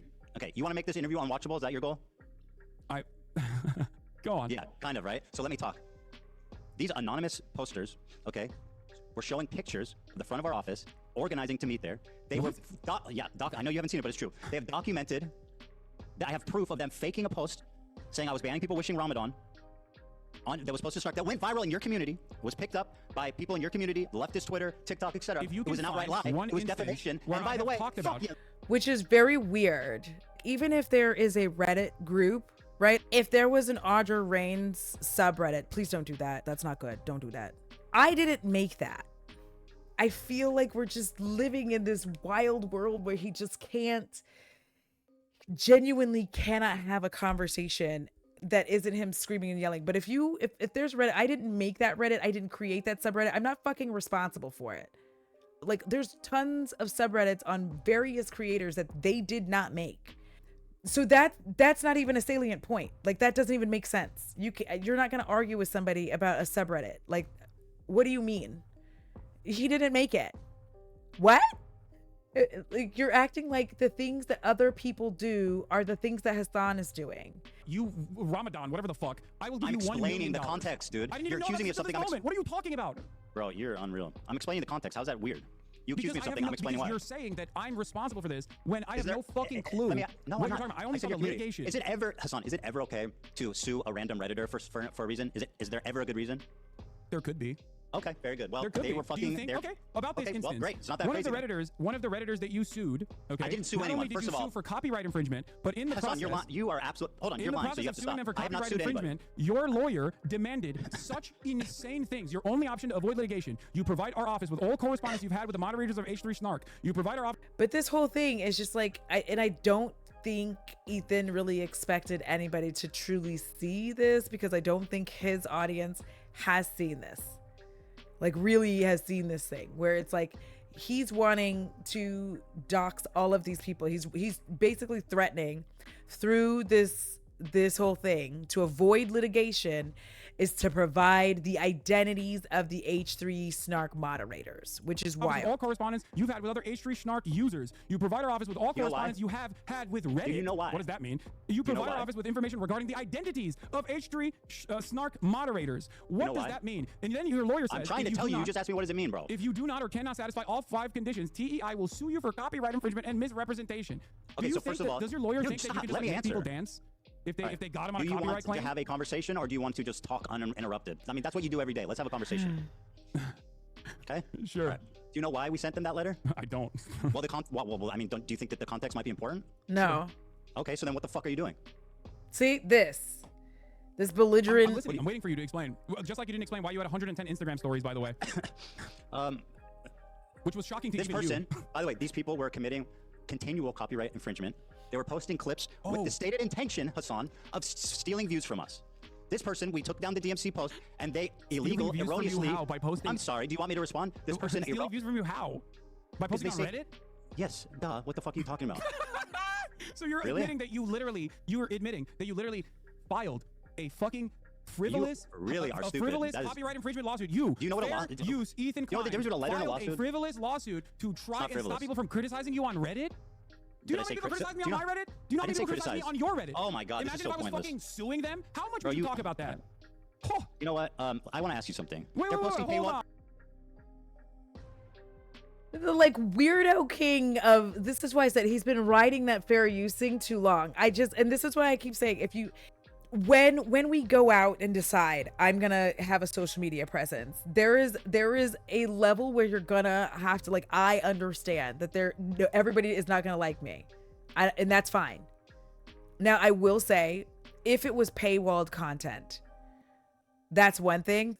People have ways around paywall content all the time. Anyway, you shouldn't be posting that because there's multiple reasons why people paywall it. Don't do that. But Ethan said anyone can use his content, and now all of a sudden I've become the very thing you swore to destroy. My overall feeling with him is he's never really had to experience the way that he treats everyone else. And by that I mean he's been this darling for so long for so many people, because of what he's done in that regard, because of fair use, because YouTube, the way that we're all using it and everybody can use it's that way because he successfully won a fair use lawsuit, right? I can react to this, anybody can react to this. People were literally had myself included had this Twitch stream going live and we're watching it. Some people were watching it live on the H3 from H3. We can do that very specifically because he set the precedent. But now all of a sudden, because he's having to experience the flip side of what it's like when people don't agree with you, I don't think he's used to it. He cannot handle it. He can't handle people not liking him. He cannot handle people talking, saying anything negative about him. He can't handle people saying rude things about him. Even at one point, and this is the later on down the line, but in the content deputy, I feel like he starts talking shit about Ian's tattoos, and I'm like, your Gila tattoo, literally, it looks like a memorial tattoo. It's very weird to have a tattoo of somebody that looks like they have passed away, but they are literally alive. So he's not used to people not solidly kissing his ass and agreeing with him, and also he has always had the power to destroy anyone who did. So if anyone said anything bad about him, he could shut them down. He had this audience that he could just send, you know what I mean? Like an army, like them orcs in Lord of the Rings, where it's just dun dun, and the music was all scary and they're running and it's fucked up, and he could send that army across and they would just go and brigade someone's comments, go to all other social medias, make their lives miserable until either they took down the offending video or they just quit making content altogether. In the recent years, and I will say very specifically and especially once frenemies ended, that power started to dissipate. Trisha's doing great. She's still doing what she does. Same thing with Hasan. Normally, he stops associating with somebody and they just crash and burn. And I think he's having this realization that his relevancy to new people, not his current audience, was in fact due to other people and not him. Just my opinion, as your unlicensed therapist. And so he's having a hard time dealing with all of these things. And saying, watch it here so that you don't support Ethan. Okay? Hold on now. Yeah, they can't post paywall content. He is correct. Do not do that. That's nasty behavior. I don't care how much you don't like anybody. It's nasty behavior to actually post their paywalled content. there's something fucking wrong with you. Like, don't do that. For some content creators, like a small percentage of them, like, I don't know, 1 to 5%, like this is their full-time gig. It's weird as fuck for you to do that. I know he has like a lot of money. I'm not defending a millionaire. I'm just generally saying that like that's people's like livelihoods. So like, I don't believe in fucking with people's livelihoods like that. So now Ethan's going to confront Hasan about not watching the content nuke. In a way, he ended up watching it. If you really want to get into it, like he didn't watch it himself. He just watched other people react to it. So I feel like that's fine. Defend your continual use of the word inbred to describe Jewish people. Go on. Wait, do you think I'm describing all Jewish people as inbred? Is that what your assessment is here? Microaggressions, my friend. We're pretending they don't exist. Dude, come on. You continually refer to Jewish people as inbred. You are such a pussy. Oh my god. And this is again where we're talking about. He goes through this where he keeps saying like anything that someone says, he just applies it to Jewishness, regardless of the fact that the person did not say Jewishness. Like here in Texas, you might be able to call somebody an inbred hillbilly hick, right? But when you're saying that to Ethan, he'd be like, oh, so you're calling all Jews inbred hillbilly hicks. And you would be like, I feel confident that I didn't say anything about Jews. And he's going, you're calling them that. He does that through this whole thing, even though he's told multiple times that is actually not what was said. Okay, Ethan asked if the Yemeni teen, they've rehashed this over and over again about Rashid al-Haddad. You said that the Houthi Luffy was not a pirate. He's not. Or I'm sorry, not Houthi affiliated. He's not. But even if he was, I wouldn't care. I hope you understand that. I do not. That's rewriting history. I'm gonna say this very clearly. No, it's not that you care. It's that you fucking glaze right now. 10 toes down. Are you ready for this? I believe what the Houthis are doing in terms of stopping Israel doing a genocide to implement a blockade on the Red Sea is a good thing. 10 toes fucking down. They are on the morally right side. Don't you also think they're on the morally right side? What have they done? You're saying that it's a genocide. What the fuck are they supposed to do? They hijacked it. So they keep arguing back and forth about this. Once again, Ethan does not have a response. We've literally argued, like this has been disproven by multiple different people that Rashid is not a Houthi. And even if he was, who cares? Like, but like, he's not. And I feel like it's really weird that Ethan won't back down from this, because it's like, that's literally how you got sued and how you lost this lawsuit, because you just say shit and you don't really care about the ramifications, because you know, when you're used to being on top all the time, you just don't think you will ever be knocked down. They're going to argue back and forth about this. And he, I think at one point brings up like Hila. Hasan asks if the IDF is a terrorist organization. This is where he brings up Hila. I'm ready. What do you mean? Is terrorism? Is Israel terrorist? Is the IDF terrorist? I mean, you could characterize it that way. Terrorist? I mean, it's an army, so it's a different thing. It's why is it a different thing? You think the Ansar-Allah movement doesn't have a standing army? They have an army. The Houthis did like a hostile takeover of like a portion of Yemen. They're at odds with the government. It's different. They also own slaves, by the way. We're going to talk about the Ansar-Allah movement's history. But I'll say, yeah, Israel, the IDF is terrorist. Yes, the IDF is terrorism. Hold on. Talk to me about how the Ansar-Allah movement actually came to power without getting any notes from your Discord or anything like that. Explain to me the process in which Ansar-Allah actually came to power. What? I don't know. Oh, you don't know? Yeah, it's really interesting because in your video you also used a lot of Saudi outlets to be like, these guys are actually doing slavery. Bro. And it turned out that actually the videos that you used did not even suggest that it was Ansar Allah that was doing slavery in the fucking poorest country on the planet. Okay? The Houthis have slaves. That's not even contested. They weren't the ones who were doing the slavery according to your own fucking video, but you still used it. And you used Saudi propaganda papers that at a time when Saudi Arabia was doing a fucking genocide. For having slaves and kidnapping innocents. It's just so unnecessary. What are you talking about? Yeah, what are you talking about? The Saudi-backed government was the one that was actually doing slavery. No, well, if they did, then the Houthis also have slaves. And this is just like a thing that has been irritating me, is that they keep saying doing, like it's doing a genocide, doing a slavery, and I feel like committing sometimes might be the better word. So it's just frustrating. It's like a stupid little thing for me, but I'm just like, okay, I don't know why, but it's annoying. No, the Houthis don't have shit, okay? They don't have shit. They don't have slaves. They don't even have slaves. They don't even have food. Like, what are you talking about? That's not the point I'm making. They are the poorest country on the planet. Yes. Just came out of a man-made famine. How's that blockade, by the way, helping the country? How is the blockade helping the famine in Yemen? How's the blockade helping the famine in Yemen? There is, as far as I understand, there's no longer a famine in Yemen. I'm talking about before, because you talked about how you were a regional expert. What is blockading it doing for the poorest country on earth? And their violent takeover of Yemen. So I was like, and even earlier, like when he said, I don't know, like this is the thing. It's okay to not understand what's happening in the world. It really is. What's not okay is for you to not understand it and then go so fucking hard like you do.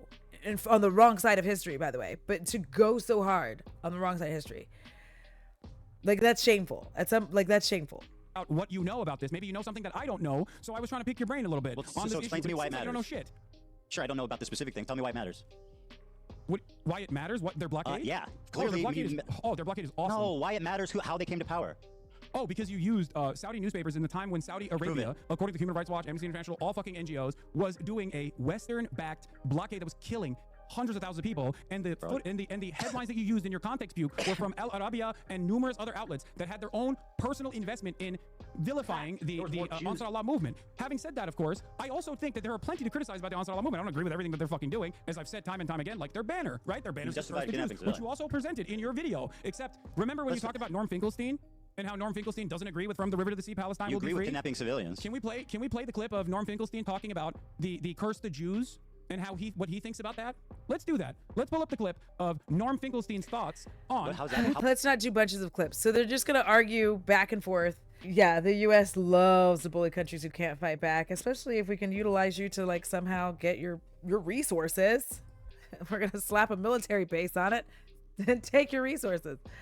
This part is very annoying because Hasan asked Ethan if Ethan would find Anne Frank less inspiring if she fought back, which Ethan proceeds to say that she is famous for being a pacifist, which is absolutely not what Anne Frank is famous for. No, for hiding and just like documenting what was happening. That is it.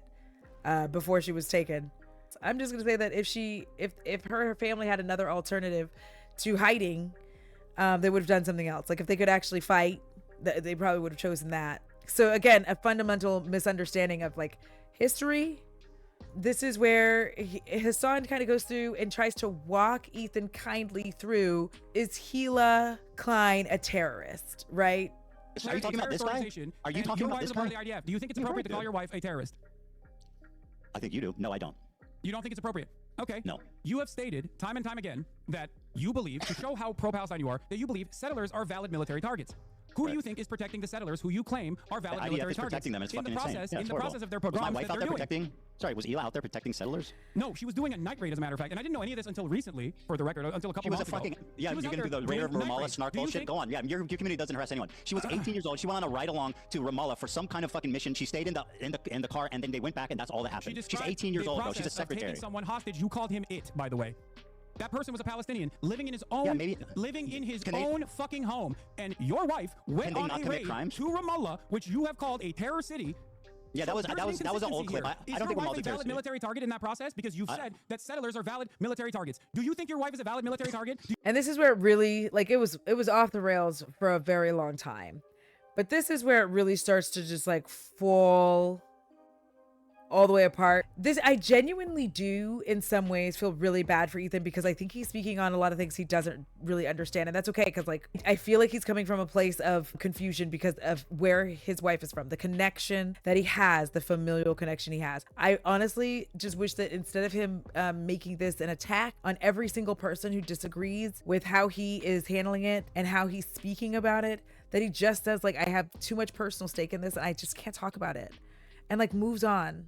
But instead he just keeps doing this thing, and he comes across in most of this as childish, petulant, argumentative. Hasan comes across as childish and argumentative. Do you think your wife is a terrorist? She's not a West Bank settler. She's not a West Bank settler. Oh, but she's in the West Bank. Bad Empanada thinks she is. Bad Empanada thinks she's valid. Your friends over at Second Thought think that she's a valid target. You think she's a valid military target? That's do you think she's a valid military target? Do you think she's a valid military target? I do not, as a matter of fact. I don't. Great.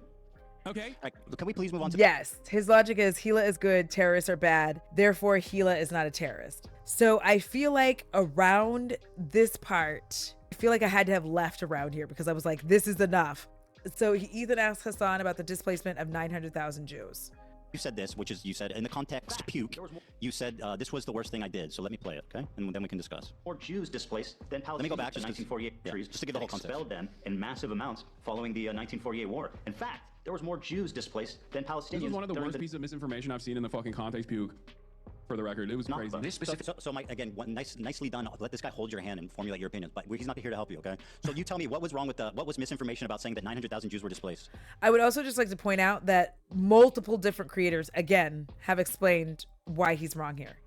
This is a bad faith argument. He should let it go and not be like, oh, nobody can help you now. Like, first of all, you're talking to somebody who does this as their job. Do you know what I mean? Like, this is their actual job, not like goofs and gaffs. No hate to you, but like, it's not like goofs. Like, his job literally all day is talking about politics. Like, occasionally he plays a game and he just can't fathom that like maybe he just doesn't know. You make a comparison between Planned Dalit, which is a planned ethnic cleansing campaign to, one, horrify Palestinians inside of villages that had actually no arms whatsoever because they had specific peace agreements that they've done with Jewish villages. What was the exaggeration? Including, no, this isn't a comparison question. And then, what was the letting survivors tell the tale. Answering anything. You asked me a question and I can't even fucking answer it. You're not answering it. You're not. You're just going on and on. I am answering it. Ethan. What was the exaggeration? Ethan, sit the fuck about down and the listen to the historical history fact lesson. of Okay? You're going to learn a little bit right now. Okay? Deir Yassin is Tantura. These are two very famous massacres that took place. The brigades, the militant brigades, the Zionist brigades that then formed the IDF, including some that personally called themselves terrorists, by the way, Lihi and Irgun, went in and did horrifying mass rape. I'm so sorry. I would have stopped talking to him because I can clearly see like he doesn't care about the answer. That's not what he's looking for. He wants you to tell him what he got wrong, but not really the answer. Kidnappings, throwing people in ovens. And then the survivors left to tell the tale. In that process, these brigades would go to each individual city and forcibly ethnically cleanse 750,000 Palestinians. This is known as the Nakba. What the fuck does that have to do with the Jewish refugees? Answer that question. I know what the Nakba is. I don't deny it. Do you think that is even remotely comparable to Jewish people leaving, sometimes voluntarily and sometimes because their governments had made deals with how many left voluntarily? Or France? How many of the 900,000 left voluntarily? I don't know the exact number of how many left voluntarily. Take a guess. Take a guess. I would suspect that a big chunk of them, you're going to say, did not leave voluntarily, but that is not the case. Most of them left voluntarily. And you're fucking dead wrong. You brought up the fact that I talked about what happened in Iraq. So let me give you a timeline of what happened in Iraq. 1932, they gain independence. 1934, Hebrew is banned. Jews are fired from... Part of my argument that the bombs were the main reason. They were chased out. They lived there for thousands of years. They had businesses, they had homes that they were forced to abandon to go to Israel because it was the only fucking place they could. Why would Iraqis hate the Jews living there if they had nothing to do with Zionism or Israel? Why? Because settler colonialism was already. That has nothing to do with them, you absolute fucking dumbass. Ethan. What does that have to do with the Iraqi Jews? Do you think the Aliyahs were happening initially? So it was there. So you're blaming them? Are you blaming the Iraqi Jews who had nothing to do with it? What the fuck is your point? You call me racist. I'm not justifying the racism. I'm not justifying it. You're not comprehending my point. Yes, you are. They left because the Iraq turned on them after 1948. Ethan, you're materially wrong. You're a liar. That there were numerous reasons why other countries, I know, hard concept, all Arab, they all have the same mindset. I know, let's go over them, genius. Nationalist movements as states were being Let's go over them.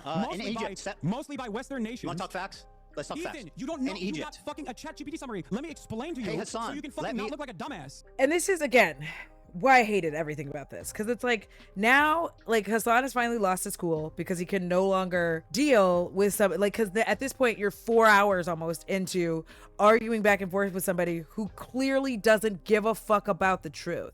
The anti-intellectualism that we have is a result of many things, one of which is how expensive college is, right? Being able to start saying that your opinion is just as important as facts, right? Because again, when you cannot afford to go to get a highfalutin education, it's painful and it sucks. And you're watching people around you, especially if you like work a blue collar job. I do, so I'm not making fun of anybody. But when you work a blue collar job, people have this tendency to just kind of try to look down on you in some way, especially if you like married somebody who maybe they finished college, they have a corporate job. You feel less than. You don't want to, but it feels like the world is making you feel less than, especially in the US, that with our caste system that we like to pretend we don't have, but we do. So it's very easy to get into this like anti-intellectual, my opinion matters just as much as fact, because you could not go to school. But like now we have access to tons of information, and a lot of it is free in the sense of you can look it up freely if you already have like an internet connection, blah blah blah blah blah, or you can get a library card.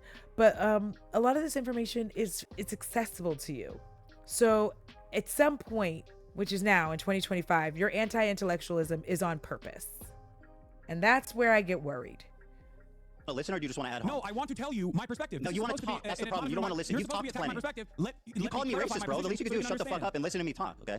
The Iraqi Jews left because they were in fear of anti-Semitism. They had nothing to do with Israel or Zionism. The Arabs in Iraq, the Iraqis, turned on them because of what happened in the war in 1948. They had nothing to do with them. So if you want to blame the Jews for their own anti-Semitism, you go right ahead, but that's racism. Now let's talk about Egypt. Recognize that. No, you're not. You are absolutely not. In Egypt, 75,000 Jews were displaced.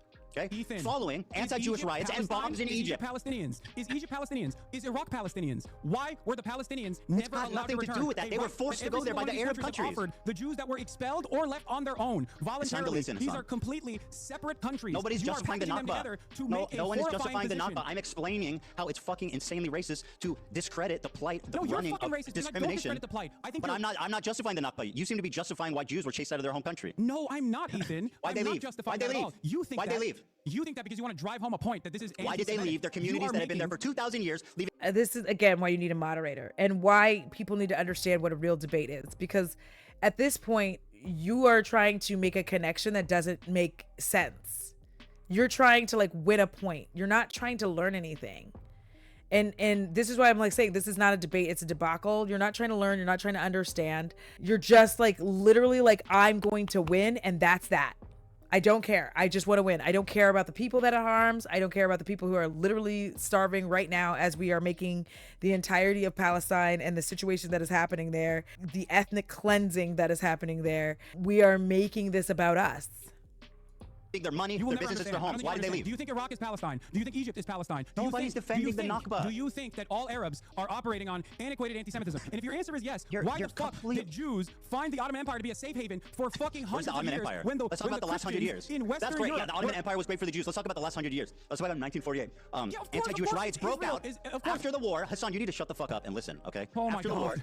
After the war, okay, in 1948, there was anti-Jewish riots and bombs. Which was a terrible plan. Like, you needed to have an actual moderator that could shut each of you off, a list of questions. Because again, if the whole thing is, Ethan, you are behaving in ways that are anti-Zion or that are Zionist, right? Like, you're behaving in Zionist ways. That is the argument. So what we needed to do was have specific instances and questions that each side would prepare. Let's say you each get 10 to 15 questions. You're going to answer them. We're going to have a time limit on how long each of you have to answer. I don't know why he thought Dan could be impartial in any way, shape, or form. Wild behavior. And instead what we get is just like these guys screaming. Dan would not be a good moderator. Like, they should have just had somebody who gave a fuck about neither one of them, who would gladly do this. Ugh. In Egypt. Why was that? Because of the Jews? The Jews brought it on themselves? Following the establishment of Israel. That inference. What are you talking about? Of course you did. No, I didn't. I did not make that inference at all. So they left because Zionism. No, Ethan, if you were to listen to my words, and I use them very carefully, even though I get heated sometimes. Careful, right. Okay? Egypt, Iraq, Morocco, each of these countries where Jews lived in the MENA region all the way to the Levant had different reasons. Some of them were direct pogroms. Others were the colonial.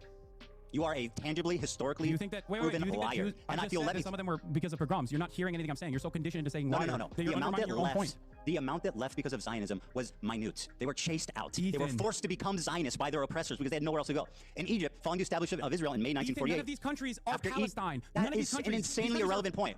A series of bombs targeted Jewish areas in Cairo between June and September. They killed 70 Jews. This is so wild, because I'm just like, you're reading off this thing of Wikipedia. You're not listening, and you're just like yelling liar. Like, this is embarrassing for both of y'all. Confiscated Jewish-owned businesses and synagogues were attacked and destroyed.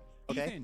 Ethan, in 1956, the Suez one Crisis. is direct violence, direct planned violence and an extermination campaign. The other, approximately 25,000 Jews were expelled from Egypt. Falsely misplaced hostility. 25,000 Jews were expelled from other countries. So are you blaming them? You don't understand this, and you are will you never blaming the understand Jews for getting? Are you blaming the Jews for being expelled from Egypt? 25,000 of them. No, Ethan. If you listen to my words, you would understand. So what is it I exaggerated about? 900,000 Jews were displaced. Because you are making a comparison with different countries versus one singular force that planned an extermination campaign, planned an ethnic cleansing campaign. Yes. Other countries and the reaction to it, or other countries and the previous hostility towards Jews have nothing to do with Palestinians. So making this comparison, of course not. That's why it's anti-Semitic. That's why it's anti-Semitic. It has nothing to do with Palestine, but they still got kicked out for being Jewish. That's literally what anti-Semitism is. It's like 1,000 Jews in Egypt were arrested and detained without charge. Like, if you were trying to learn and understand why Zionism in this behavior is so bad and can cause more anti-Semitism, it is this. Everything is about being Jewish. Every bad thing that's happened to the world, it's because I'm Jewish. This is not good to do for any cause, for any race, for any gender. I've said this before. This is not good to do because now people cannot recognize actual anti-Semitism when it's happening, right? You can't recognize it because all of it is. All of it. It becomes this like weird thing where you can't even listen. You can't break past this barrier. And if anybody says anything contradictory, you're like, it's because of this. is similar. The government It's like seized claiming the Holocaust is 500 similar. Jewish-owned businesses and froze bank accounts. Ethan. Expelled Jews were compelled to sign a declaration donating their property to the Egyptian state and were allowed to take only minimal personal belongings. In Algeria, 130,000 Jews were expelled. On the independence, that's not Palestine. They're not. They're just dude, Arabs. They're not the same fucking right. people. So my point is very simple. They were expelled from their homes because of anti-Semitism. Ethan, you used Egypt as an Sorry, example. what is wrong about that? What is wrong with what I just said? They were expelled. Were literally controlled Hasan, please, by you've got to English fucking and answer a French- question. By the English and French colonial They were occupations. expelled. What are you talking about? They were expelled because of anti-Semitism. And then he'll say, like, you have to answer the question. While he's trying to answer the question, you have to be open to hearing the actual answer. This isn't going to be like a 2-word answer. You should be able to handle an answer that's longer than yes or no. What did I say wrong? Oh my God. Go ahead. Go ahead. Algeria was under French occupation. It is the design where the French occupied Algeria did not squash the attempts of expelling Jews. I'm not saying that there wasn't actually Most Algerians were French citizens and went to France. Caused Jews to feel unsafe, Ethan. 95% of Algeria's 140,000 Jewish population. Individual, often sometimes Western powers, and what they allowed in those countries on the Palestinian plight. When you make this comparison, that's what I'm saying. Is it anti-Semitic for Jewish people to get kicked out of their home? Right, the Turkish, the Ottoman Empire, and the forces and the Ottoman genocide that they conducted, a mass extermination campaign, is because other fucking random countries where Armenians were Iraq happened after independence and as a dispelled, Turks were getting dispelled in other countries. The pogrom happened as a direct that's the way that it was taught in the past. That it was a necessary voluntary migration. By the way, did you? Oh my God, bro! Did you say Anne Frank died before she could resist? I don't know if that was a fever dream. Wait, I'm saying that, like, would you have an issue with Anne Frank if she actually was able to? Sorry, I just thought it was an insane thing to say. I'm not trying to litigate it. In Tripoli, anti-Jewish rights broke out amid post-war unrest. Synagogues were burned. Jewish institutions were shut down. What's your point about Anne Frank? And do you see how this is just like dumb? This is just dumb. They're just gonna argue. They're going to scream. Hasan's gonna get more frustrated. That is a historical fact. 60 war aftermath. And Ethan's just gonna keep reading shit off of his Wikipedia thing to just keep talking over Hasan. And then he'll ask Hasan a question, and then Hasan will start answering, and then Ethan will just start reading more stuff. It's great. It's great. I've never felt so smart and wonderful in my life. So now Hasan's gonna ask if Ethan has ever listened to Hasan actually talk, like, about any of other this country stuff. that's not Israel, so that they can actually go and either support Israel if they're not in Israel, or just move to Israel. That is the entire point. That is what Jabotinsky wanted. That is what Herzl wanted, and that is precisely what Benjamin Netanyahu wants as well. So in terms of my explanation of what I come across as dismissive is precisely the role that Israel itself played in this process, which was minuscule. Minuscule. Pogroms minuscule. What you fail to acknowledge is that the Jews were forced to become Zionists, not by choice, but by. What you fail to acknowledge is that America backs the US of A, backs Israel. Do you think that they would be allowed to get away with all of this shit if America did not back them? If the US of A did not back them, do you think that they would get away with all of this shit? That should be the fucking question. That should be the question. That's why you needed to have an actual debate. That should be the question. Do you think that they would be able to do this fuck shit if we weren't backing them? Because I promise you, if we weren't, this would have been over. They would not have been allowed to do this. Palestinians would be free and living their lives. By necessity, because the Arab countries turned on them after the war and forced them to go to the only state that they could go to. For Israel to exist, which is what your position is, right? No, it's not about what was allowed or not. The Arabs created a million Zionists because they're anti-Semitic after the war of 1948 and fucking the rise of Arab nationalism. Do you deny that? You brought up Morocco. And fucking Arab. Okay. Deny what I just said. Say it again. Do you deny what I just said? Say it again. I wasn't listening. 900,000 Jews, approximately 700 to 900,000, were forced to become Zionists, not by choice, but because they were forced out. The vast majority went to the fucking Arabs. The anti-Semitic Arabs. There you go. What? There you go. What? That's my point.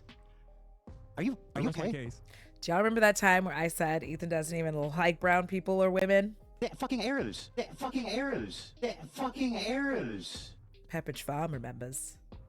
Okay, well, I mean, you're too fucking delusional to realize what kind of racist nonsense you're fucking That's unbelievable, bro. It's historic. I mean, it's historical. You don't know anything of what you're talking about. Avi Schleim, once again, because you don't want to contend, you like to use him when it's convenient. He left not because they were Zionists. They left because they were afraid. Arabs. What was Avi Schleim, by the way?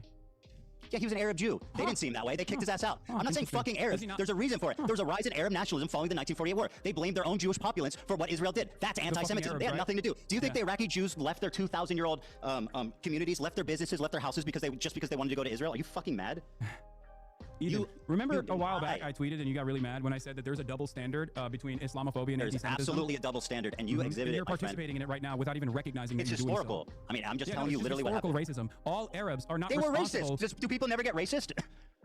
Do people never be? I'm explaining why. I'm not blaming anyone. I'm just explaining why. After the 1948 war, the rise of Arab nationalism I could not imagine saying all this shit confidently. created a lot of anti-Semitism, and that's why the vast majority of the Jews, the 900,000 of them, were forced to immigrate. That's a fact. That's a historical fact. Ethan, I'm sorry to say this, and I don't know if your audience gets this as well, but what you just said earlier is not an accurate reflection of history. It's just pure racism. How do you know that? You are know that it's shifting not the real? blame over to the entire absolutely Arabs. was the blame of the Every Arabs. single one of these Arab countries with Absolutely. their Who own else version of kicked them out? pan-Arabic nationalism. They Half of kicked them them are out. already still controlled, by the way, by fucking European colonial powers like Vichy France. That was literally just in Moroccan Tunisia. expulsion Okay. program, and you're using that as a similarity between the planned expulsion of 750,000 Palestinians. Yeah, I mean, the details are different, but you're denying. Like, once again, It's like- you're still not disproving me. What did I say that is It's like pointing to racist and wrong? anti-German racism. Don't make an analogy. Tell me why I'm wrong. Anti-German racism. I don't need an analogy. I need facts. He'll say, don't make an analogy. Tell me why I'm wrong. Your entire argument right now is based off of shit that has nothing to do with what is happening. Do you understand what you're doing?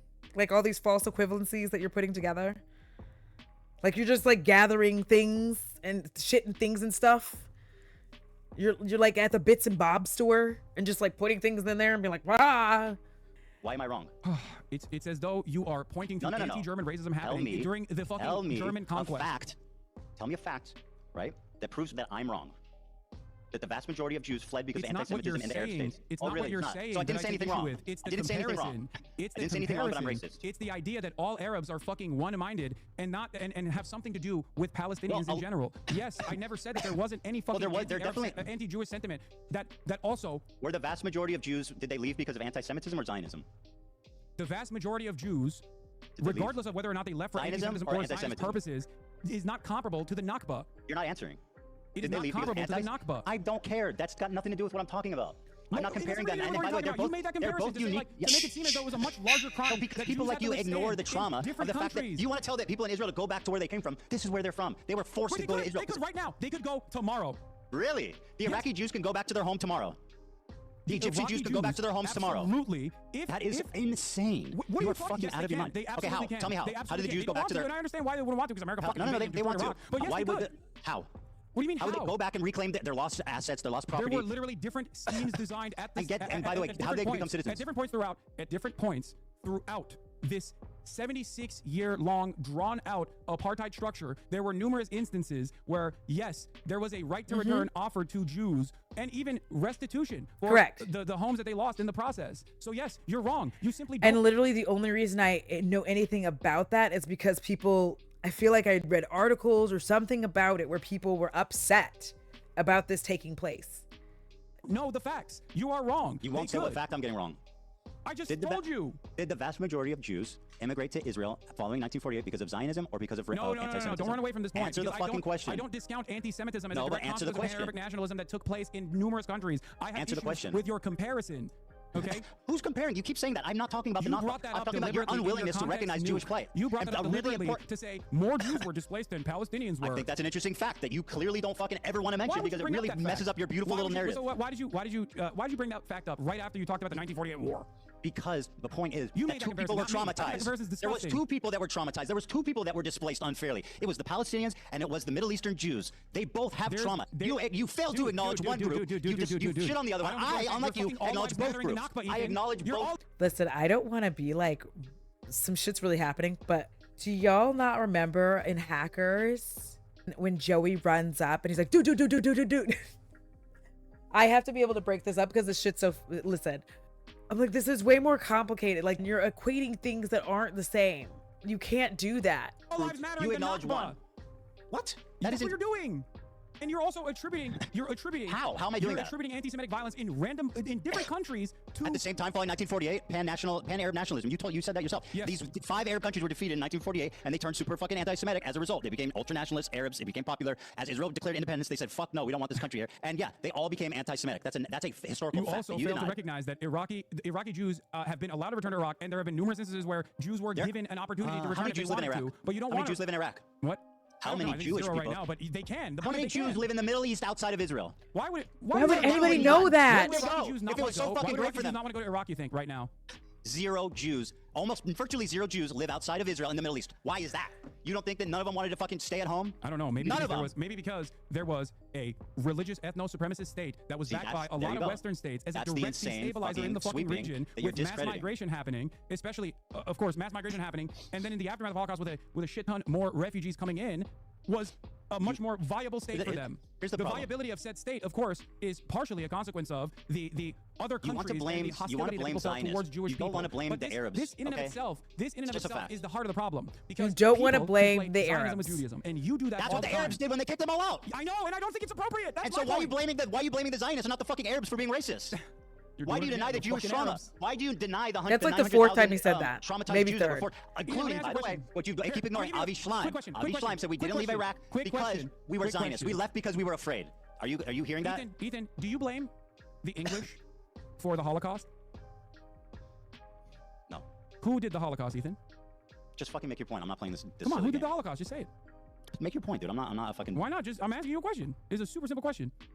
Avi Schleim said we left Iraq I asked you who was responsible for the Holocaust. Why would I answer such a stupid rhetorical question? Just make your point. What, you know the answer to this, right? Like, come on, what are you looking at on your fucking computer? Like, which country is responsible for the Holocaust? Anytime you want to make your point. What? I would appreciate. What is happening, dude? When you already when the ad starts, I'm actually going to take it and go get my food. You already said that it wasn't the English, right? It's not the responsibility of the British that the Holocaust happened, right? You understand that? You recognize that? Yes.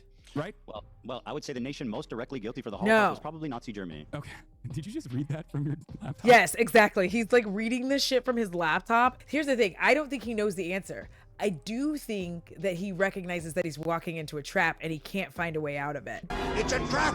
You're watching him read the answers, which is fine if you're gonna have a debate that's structured and has like questions that will be asked and things like that. But like this shit is, I feel so embarrassed for him. I keep thinking I used to love this guy. I think that's a lot of people's sensation with it, is they're just like, I used to love Ethan Klein. Like, not me, because I didn't watch that because I'm not a BroTube type person, but now we're just watching him self-destruct, and it's just like, bro, you could just like admit that like your politics isn't your bag, and that's fine.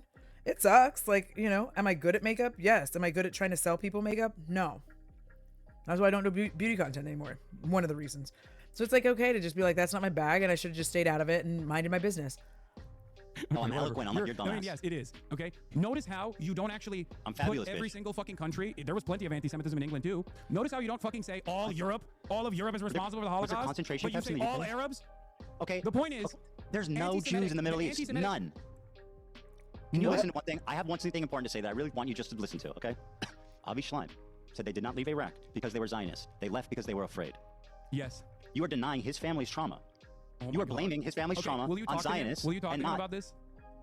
Sure. I mean, he's going to I read it from his fucking book. If you're so confident in all of this, okay, that would be great. All right, perfect. Okay. So, listen, no, you should. I'll debate all these people instead of you. I have time. Unfortunately, like I said, it's getting late, so I just want to make one last point before we go, which is that always remember, Hasan, that when people criticize me, I watch it on my stream by myself live, unlike a bitch-made coward like yourself, who needs someone to hold your hand and make all the excuses in the world to avoid any single criticism, any response. You, my friend, are a coward, and I am the fucking legend that responded to it live with zero hesitation. What is that? You know why? Because I'm not a liar. I don't have to think about the shit that I say and justify it. You lie. That's why you can't do it, because you'll get caught in those lies. Listen, I just want to say something. You're not by yourself, though. You have like an entire crew. I didn't start watching until mid-frenemies. I thought he was girly pop, but this is so not girly pop. I'm screaming. Here was the thing. They even told him for the content cop, maybe you should just watch this off stream and then like react because you might get too emotional. He's like, no, I'm fine. Okay, you pay the bills. Made you look good, then congratulations. Okay. You don't think it was good that you don't think that it was a supreme confidence that I responded to it immediately live? Ethan, it took you 4 months to actually entertain the notion of having a conversation. I said anytime you want, dipshit. Videos. I don't know why you think that I'm afraid of watching. You watch 11 hate videos on your channel. 11 hate videos. I've watched zero about you, Hasan. Do you want to actually discuss who's the coward? Videos, dumbass! Your fucking community is the hate community. Why the fuck would you have to watch hate videos or whatever? You are the one who was doing it. Just remember, he's correct. When criticism comes, I confront Well, thank you for backtracking when on criticism comes to you. Maybe we should go through the context puke one more time so we can continue. If you want to watch this conversation later, okay? If you want, I'll hold your hand to all the other dumb shit that you said in it. It's not because I'm afraid. It's because you were crying because you. No, it is definitely because you're afraid. Why is it you didn't pull? Why is it you love Ban Empanada, but when he makes a video criticizing you, you say I'm not watching that? Because I think it's. You want to know why? Because I think it's fucking unproductive to literally watch criticism of me. You fucking coward. Yeah, because you're fucking presenting yourself and developing an audience that is literally, without even realizing it, because they are only drama obsessed. Without realizing it, they're literally positioning themselves to be pro-Israel, to repeat pro-Israel talking points. Yes, that is the only reason why I started talking about you. Because you went on a fucking deplatforming campaign. Why did you not watch Ban Empanada's video about you? You watched all of it. You did 110 Instagram stories on me, Ethan, since January 31st, 2025. You're changing the. It was so unhinged that you didn't even recognize who you have become. You need to at least admit that it's reciprocal. I am not upset. You make 24 hours of nonstop content, Ethan, bro. You 24 hours. And keep remembering, we still haven't really addressed Palestine and what's happening there. Okay. In the last 2 months. On your own personal Instagram We've talked about each other equally as much, bro. January 31st, 2025, 110 stories. It was so insane, you didn't believe it.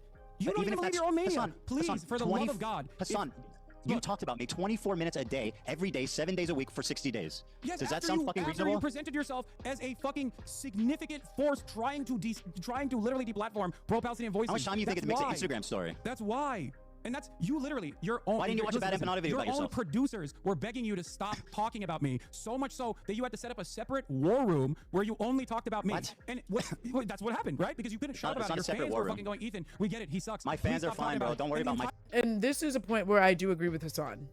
Because I do think it was good that even though he made an obviously ginormous mistake getting into a podcast with a racist and a misogynist, the fact that you didn't think it was going to happen to you, wild. But I do think that it's good that he got involved. With the size of his platform, he started being more responsible with it. Like, hey, maybe you don't attack all these small creators who have something to say. Maybe you don't try to sue people and sue random Redditors. That's wild. Maybe that isn't how we behave. Deplatforming people, like trying to get people deplatformed because they don't like you, is wild. The entire time you frame this as though it's petty fucking drama. It's not petty drama. You are deeply anti-Semitic, hateful, fucking propagandist liar. And it only took you now to fucking openly say 10 toes down that it is a genocide, but also you don't want anyone to fucking resist. I've said that consistently for years, liar. Ethan, you don't want anyone to resist against genocide. It is a fucking untenable position. Oh, you mean kidnapping civilians? You're so pathetic, bro. And you constantly keep smearing me as a fucking anti-Semite at a time when the Trump administration is blackbagging people. Yeah, that's bad happening. Don't call me out. How do you not bad happening? Don't call me out. That's what you're doing. Dude, how do you not understand? Why didn't you watch the Bad Empanada video? You are playing a formative role when you don't talk about Mahmoud Khalil. You're playing a formative role when you don't talk about the mass starvation of Gazans. By the way, I advocated for Kamala to get elected. What'd you do? What? I told people to vote for Kamala. What'd you do? Oh. No, seriously. Oh, Ethan, congratulations. Do you think Kamala and Trump would have been equally bad? I won't change anything from Joe Biden's policies, Harris. It's not Joe Biden, it's Kamala Harris. I go to the DNC, but I actually offer some pretty fucking valuable criticism to the Democratic Party that they didn't listen to, unfortunately. That's a really weird thing to go after, by the way, because like this year alone, he's literally been at rallies with AOC and Bernie. When you try to silence people, more people will yell at you. Maybe just listen for a change. Exactly. And few people can go toe to toe with Ethan's fans. That's the thing. That's why nobody wants to talk about it, right? Because like I have a small platform. My reality is that whenever this goes up, my reality is I'm gonna have to deal with a lot of brigading ass weirdos. I'm gonna have to deal with all these people who are gonna come and be like, you're ugly and we're gonna try to get you fired from your job and we hate you so much and I hope you die. And it's really weird behavior. And that's wild over things that are happening on the internet. Meanwhile, they kick you out of the DNC. Valuable criticism. They lost. Why have you lied about me voting for Jill Stein, by the way? Can we talk about that? Why the fuck do you keep saying I voted for Jill Stein? I have countless hours shitting on Jill Stein. I've told people not to vote for Trump. I've said that Donald Trump is significantly worse than Kamala Harris. And I've also, on top of that, called Jill Stein a grifter over and over and over again. But for some weird reason, despite the fact that I voted live, mind you, you kept lying to your audience. And you kept lying to your audience, and you kept making it seem as though I didn't even fucking vote, or I urged people not to vote. There's never been a moment where I said do not vote. Who did you vote for? I voted for Kamala Harris. You got a problem?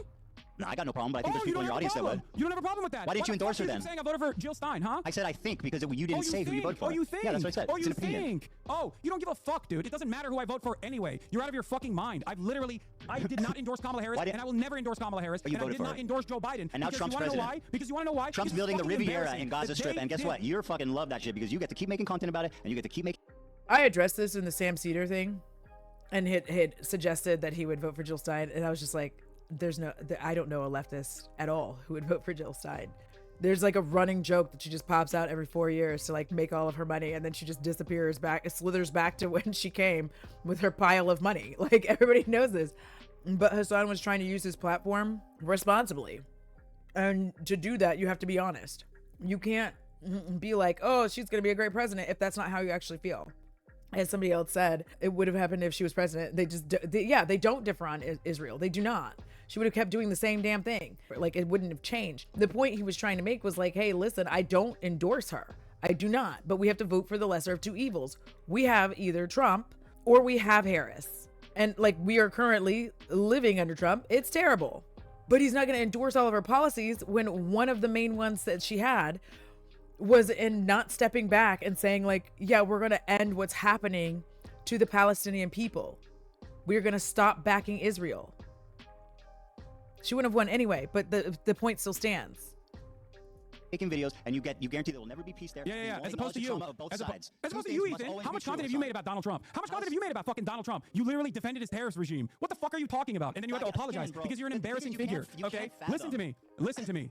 It is embarrassing that you have tried to make a foray into politics, and all of the producers or all the people that are giving you fucking talking points is not going to make you come across as smart in this process. Please, for your own mental sanity, stop trying to do this. You are basically brain breaking a shit ton of people into idiotic positions. You clearly don't care about people who have actually voted for Donald Trump, considering your allegiance with people who have literally directly voted for Donald Trump. Who's my allegiance? Who's my allegiance? What do you mean? You have fucking Trump supporters that you're friends with, like Steiny in general. When I have a conversation with him, I'm actually directly fucking addressing some of the shit that he's saying, like the Nelk boys and whatnot. Our entire conversation was me arguing with him and telling him why Trump's bad and why Trump's is bad. Now this is your friend suck. No, your friend suck. No, your friend suck.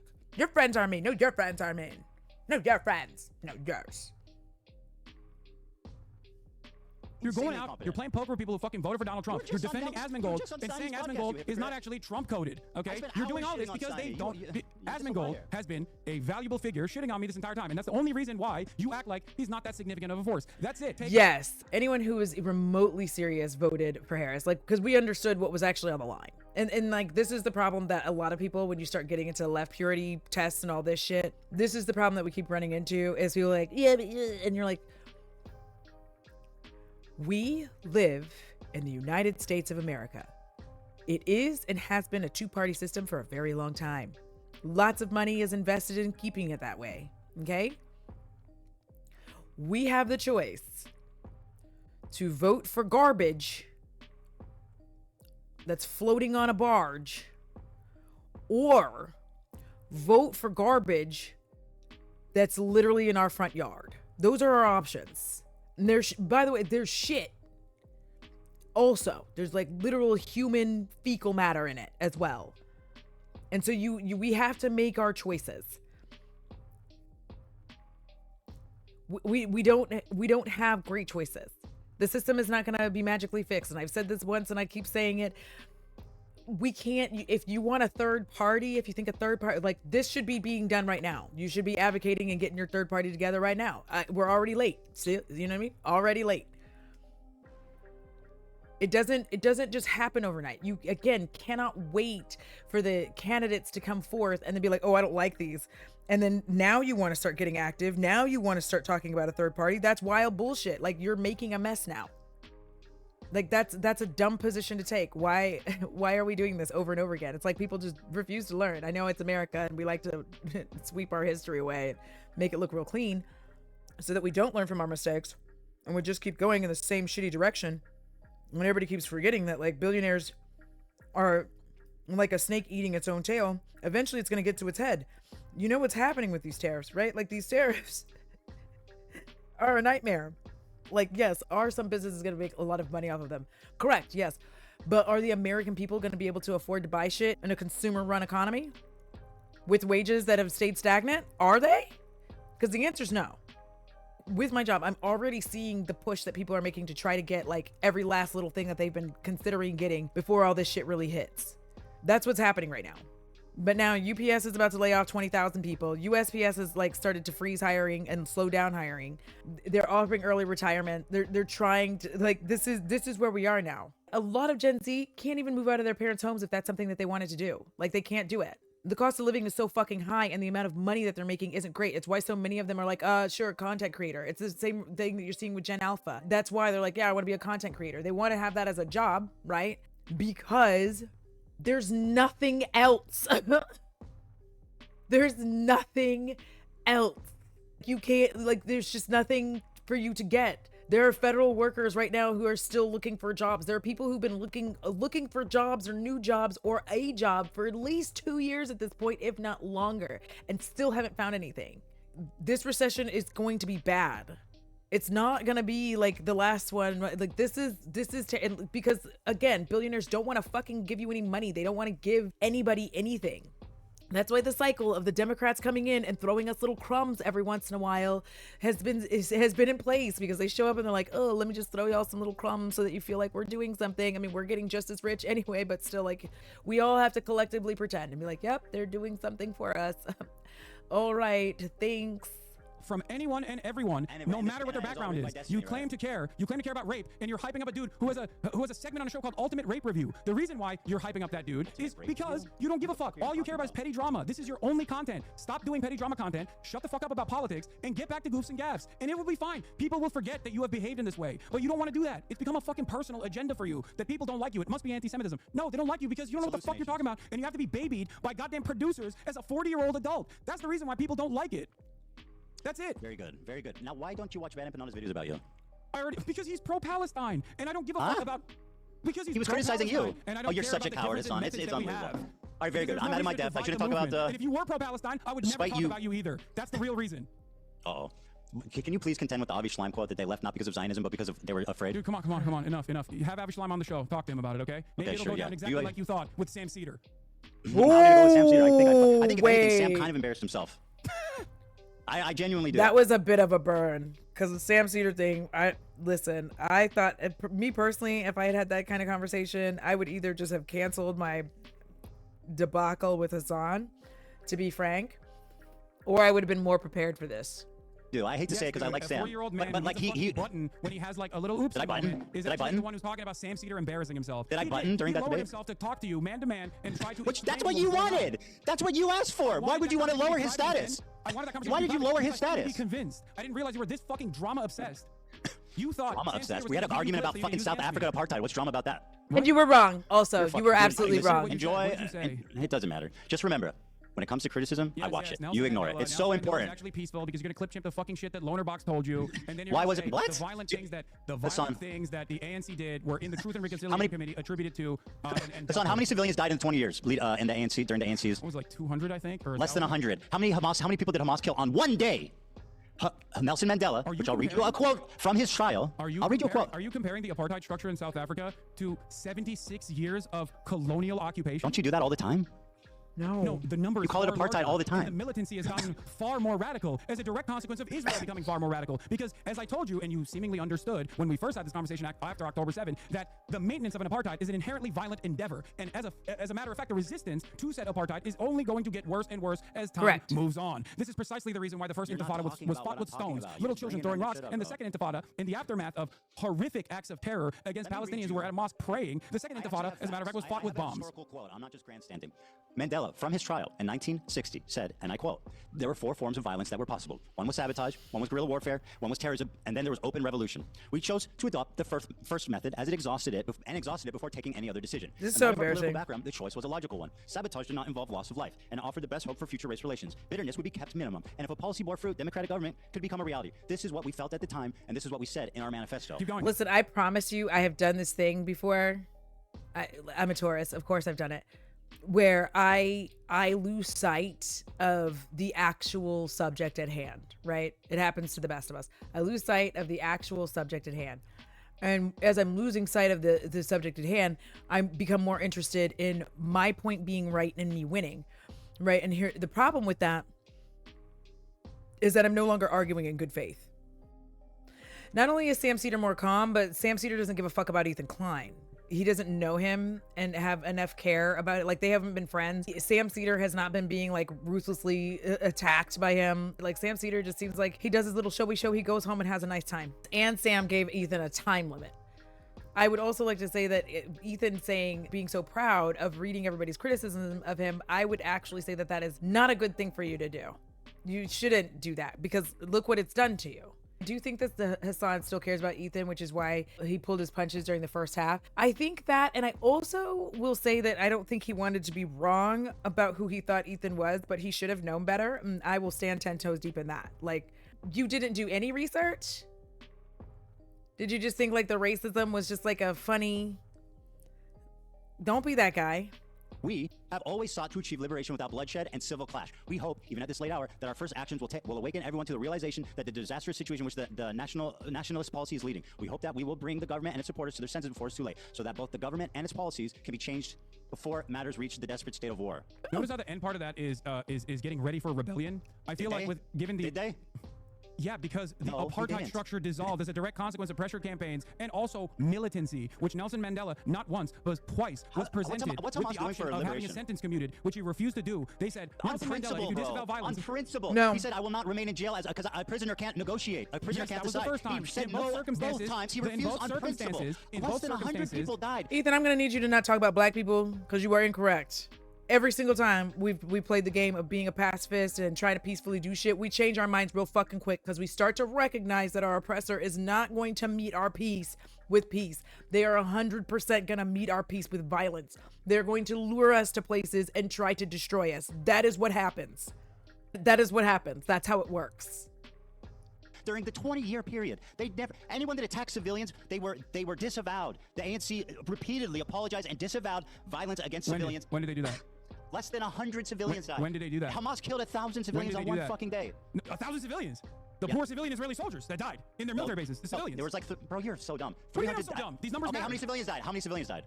I believe the total number of casualties on October 7 was 1,200, with 800 being civilians, which is completely unacceptable. Oh my God, and I'm 400 off by being 100. military members. I was off by 100. Oh my God, dude, I can't believe the historical inaccuracies. You're the one who's bringing up numbers here, Ethan. And yes, I do think it's important to recognize something here that you are seemingly failing to recognize. Nelson Mandela was thrown in prison because he went and trained with the FLN in Algeria. The reason why he stayed in fucking prison was because he refused to disavow violence, because he understood that as long as peaceful revolution is impossible, that violent revolution is inevitable. And violent revolution they did do. You know what's funny? In terms of the death and destruction on the apartheid structure, by the way, it is incomprehensible to compare that to Israel's violence against the Palestinians. What the fuck does Nelson Mandela? Oh my God! And by the way, that's not my assessment. What Israel has done to the Palestinians for of all the things I would have rather done, I really think that I would rather have my just explosive GI tract problems than ever listen to this again. I know, I'm like, these people are dead. Please leave them alone. Oh, let their ghosts rest. For the past 76 years is infinitely worse. And that is not my assessment, by the way. That is the assessment of Mandela. And for all the, for all of the moments that he was able to fucking see. You think see. Mandela said what's happening is worse than what we went through? That's bullshit. Why would you say that? Why do you say that? Because it's true, Ethan. That's why. Is Nelson Mandela a Zionist? Yes, Nelson Mandela. Are you going to say in 1999 he said Israel has a legal right to exist? In that same speech that you're going to clip him. Remember that you called this guy a neo-Nazi, not fit to be a dog catcher. Who? What? Wait, what are you talking about? Whoa, you're jumping off like a million different points. What? The right of Israel to exist as a state legally. We have stood quite openly and firmly for the right of that state to exist within secured borders. You disagree with that statement? Israel has a right to exist, not in the way that it currently does. With insecure borders. Hold on. Coward. Do you know what he says after that clip? Yeah, that he also thinks that Palestinians also need to be acknowledged, which, by the way, is my fucking point. No, not that. Do you see what I mean? Like, this is what people are talking about when he takes things out of context. Like, he just plays the part that, like, makes his point, but doesn't continue further. And, like, to me, that's always, like, a weak-ass argument. Like, you can't just put the part that makes you feel good. Genuinely, you have to play all of it. You can't just be like, oh, this part's fine, and then you stop there. Like, even the look on his face right there, to me, is, like, just petulant. Like, I'm gonna win no matter, I'm gonna win. I have to win. Like, you don't care about the people, and that's fine if that's not what you care about. You know what I mean? But stop pretending you care at all. Leave all this alone. I know it's shocking to your system to find out how many people don't like you, and that sucks. But, like, you still have a fuck ton of people who like you. You said so yourself. So just focus on them. Palestinian liberation and Israeli borders are two sides of the same coin. He didn't just say Palestinians also need to be acknowledged. What did he say? He says that if peaceful means of coexistence is impossible, then violence is inevitable, Ethan. Why did you clip that out of the fucking clip chimp that you posted, Ethan? Did you saying I clip chimp Nelson Mandela? It's not irrelevant. It is relevant because you are trying to paint him as somebody who said that Israel should exist, and that's the end of the sentence, and it's literally not. That's why it's relevant. That's why the rest of it is relevant. Yes, you literally did. You cut him out of context because it doesn't suit your fucking purpose. What do you mean? Like he's talking philosophically. He's talking philosophically. We're having a conversation about Nelson Mandela and whether or not he actually believes in violence. Whether or not he actually believes in violence. You have said time and time again that he was a peaceful dove. He's never actually done any violence. No, whatsoever. I literally didn't. There are numerous instances on inevitability. A philosophical warning is not an endorsement. He was speaking as a warning to them, which was apt. First of all, I'm gonna need you to take Nelson Mandela's name out. You had your fucking mouth for real. For real. This is wild. That is insane. Nelson Mandela was literally on a terror watch list since 2008. Who gives a fuck? What do you mean who gives a fuck? You like to use the terrorism watch list when you're talking about the Houthis, or you like to use the terrorist watch list when you're talking about Hezbollah and Hamas. I mean, I gave you specific examples of why those organizations are bad. Who do you think Who do you think the philosophical point that he was making? The guy who was in prison for violent resistance, by the way, who trained violent resistance, you mean ready for sabotage. rebellion, Sabotage. by the way. Who do you think that was a warning to? Do you think that was a warning to Palestinians, or do you think that was a warning to Israel? Fact that because you are that so same Nelson willing. Mandela has time and time again also repeated that no one is free until Palestine is free. That same Nelson Mandela that you're trying to fucking use in this situation has said that this is a united struggle, that Israel's actions against the Palestinians are abhorrent, that it is akin to what they have experienced in apartheid South Africa, if not worse. So the idea that you can make this comparison because you think I want Palestine to be free, my friend. is so stupid, and the only way you can do that is by cutting it out of context. No, I just explained why. Dude, no, I you want Palestine didn't. To be free, you didn't. But you know what? I don't think Hamas is furthering that goal. I think Hamas is counterproductive. They're making it worse. They're causing it to be inevitable. You refuse to criticize them, which is pathetic. Unlike me, I'm willing to criticize the Israeli government. I'm willing to come to terms with the cruel reality. Hamas. Why are they making it worse? Well, what was the fucking objective there on October 7th, genius? Kidnapping, which by the way I don't even agree with, which is the international human rights violation. But kidnapping Israeli soldiers, Israeli civilians to draw. And what part about that was slaughtering fucking families in their homes? Ethan, I don't agree. Their goal was with to kill tactics. civilians. You know this already. We're not relitigating this over and over again after I'm just saying, Hamas is a bunch of fucking genocide. Right. Okay. What do you think? One day you're gonna watch a video response I make. Probably not, when you apologize for all the fucking harm that you've done. Apologize? Yeah. All right. Listen. I have the rest of the clip that you clipped, by the way, if you want to hear his actual fucking full-fleshed opinions. I'm not hiding from it. I literally acknowledge what he said. I don't care. No. So why did you say that he was actually? Why did you say that he was actually a peaceful? Yeah, but you can't make a point that's false. When the fuck did I say that, you liar? You said it on numerous occasions, as opposed to you said that on numerous occasions before. I said he used violence. Here's a better way to massage that. You are a liar. I said he uses violent means such as sabotage. He didn't kill civilians. That's what I said. Will you stop talking if I show you numerous instances where you have said Nelson Mandela was peaceful? I'm not gonna. You get those together, okay? I mean, there's. You're gonna do great. You're gonna do great. Ethan, yeah, you go ahead and literally grab said he those. was a pacifist to Sam Cedar. I literally never said Nelson Mandela was a pacifist. Ethan, you said it that is an insane lie. You said it to Sam Cedar 2 days ago.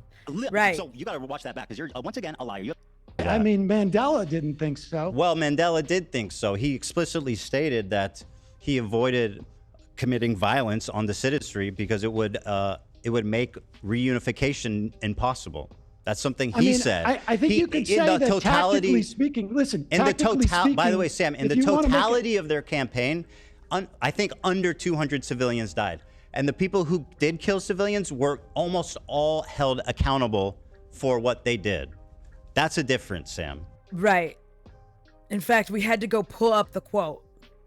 A freedom fighter learns the hard way that it is the oppressor who defines the nature of the struggle, and the oppressed is often left no recourse but to use methods that mirror those of the oppressor. At a certain point, one can only fight fire with fires. We literally had to pull the quote up because I was like, what the fuck did he say? Because that sounds absolutely insane. And then like 2 days later, he's like, I've never said that. Like oh my God. This is what I'm saying. Like, men have got to stop this thing where they have to feel like they're winning.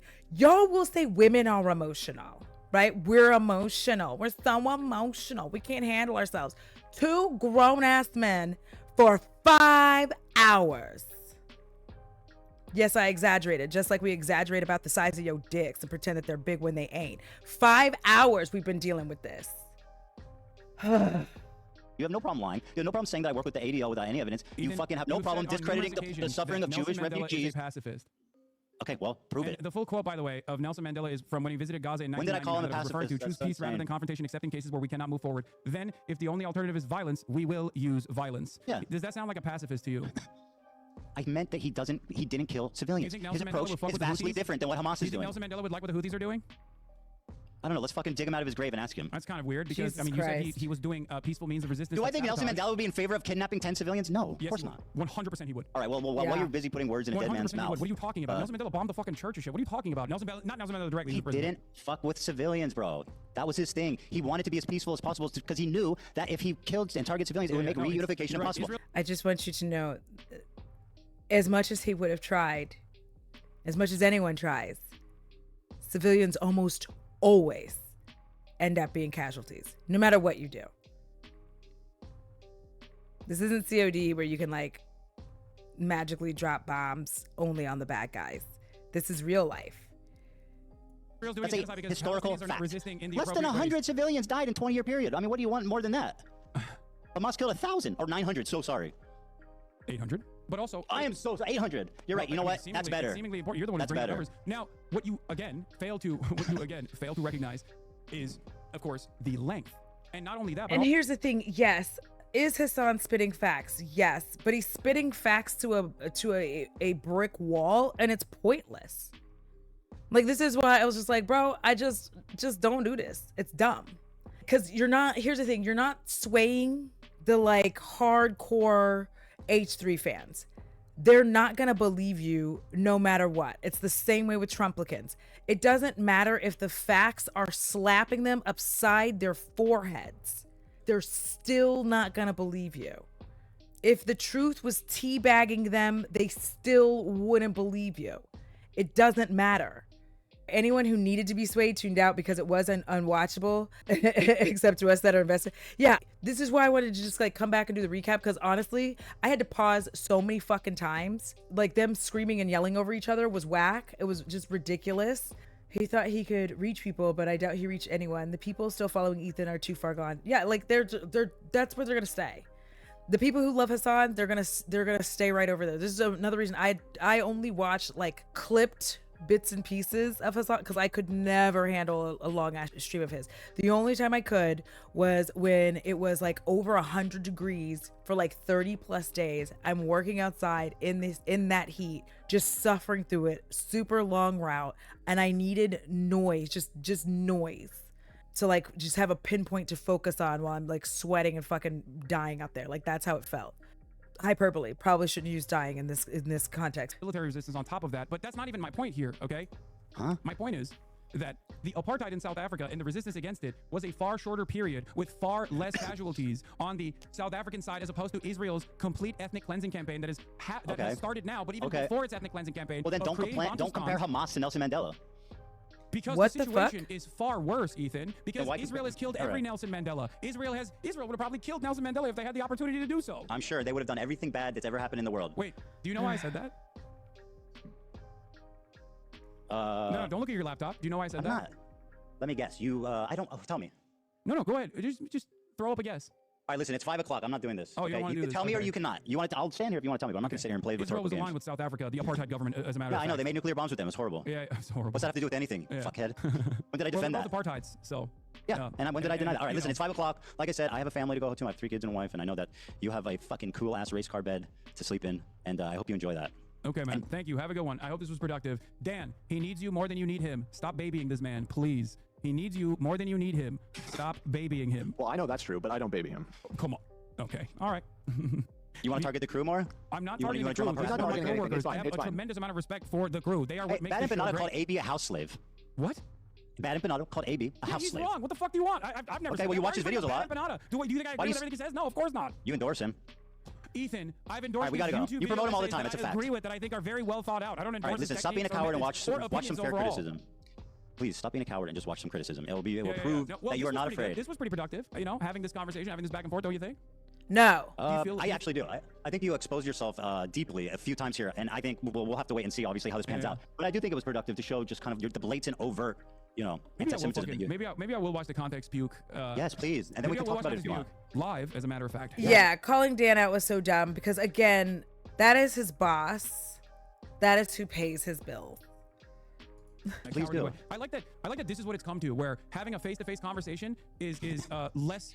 Is somehow it's not less fucking is more cowardly than like actually watching a YouTube video that you made. No, dude, what's cowardly is you fucking constantly crying and refusing to actually look for context and putting together putting together shit that you saw on fucking subreddits to be like, this is my argument. Please just watch it and tear it up and show how out of context it was. I love that. Maybe I'll actually do that to fundraise for the charities that you are actively targeting by trying to undermine and celebrate with Creator Clash 3, which is I don't know if you know this, but the last year they lost $250,000. To be charitable, you actually have to give money to charity, Hasan. Everybody that has even lightly fucking criticized you or stayed out of. Are you surprised that I didn't like Ian's video? I feel like he doesn't know that charities often operate at a loss and they're still able to like donate money. Like, that's how a lot of them work. Not the fancy rich people ones, but like regular ones often operate at losses. That's why they have those stupid dinners where the plates are like super expensive. What? No, dude. Dude, if you want to own me, listen, Hasan. If you want to own me by donating to charity, I think that's fantastic. At a fantastic. fucking charity event is actually like you're trying to undermine a charity event deliberately. You have to give money to be charity. It's like a slush fund for them. God, it's so gross, man. Okay. I mean, what happened last year? How much money did they make? Did they do charity last year? I don't know. They lost $250,000. Will you debate me again, Ethan, if you keep chirping in the future? Yeah, of course. Okay, but no, if you, I'm not gonna watch it would be that. good if you watch content puke. Maybe I will. Maybe I'll do that. And then we can discuss it. Maybe I'll do that to Fundraiser Creator Clash. Yes, I think it's awesome. If you want to own me by donating to charity, I think that's sick as fuck. Yeah, maybe you should do that too. You know, donate some pro-Palestinian charities. I'll feel so fucking owned. Let's own each other and donate to charity. All right. I know, Bye, you guys, Ethan. I know you guys hate each other, but the views were crazy. It was? How many? I never looked. Think about it. What was the views? I never looked. They're pretty good on both ends, like 100K. Whose was higher? Don't ask that question. Hassan's was higher? Hassan's was higher. Yeah. Yeah. Not by much, but it was higher. That's not good. I mean, I had 120,000. I don't know what you guys had over there. I wasn't looking, but we got up to about 100K. So. Well, we're gonna have to do so. These people are clearly. I wasn't looking, but like listen. I hated everything about this. This is just gonna reinforce my overall feeling of I think we need more women in politics for sure. Hours and hours of all of this, nothing got resolved, and they threatened us with another debate. Yes, I take that as a threat. So they threatened us with another debate. Please don't leave us the fuck alone. I think that y'all should be fine with not liking each other, okay? Because women can do this all the time. We can just like not fucking like each other and then just like never talk to each other again. Right? We can just be like, I don't fucking like you. There's plenty of people, plenty of other like women on this platform that I can't fucking stand. Some of which, yeah, I wouldn't piss on them if they were on fire. But do you know who they are? No, you don't. You know why? Because I can mind my business.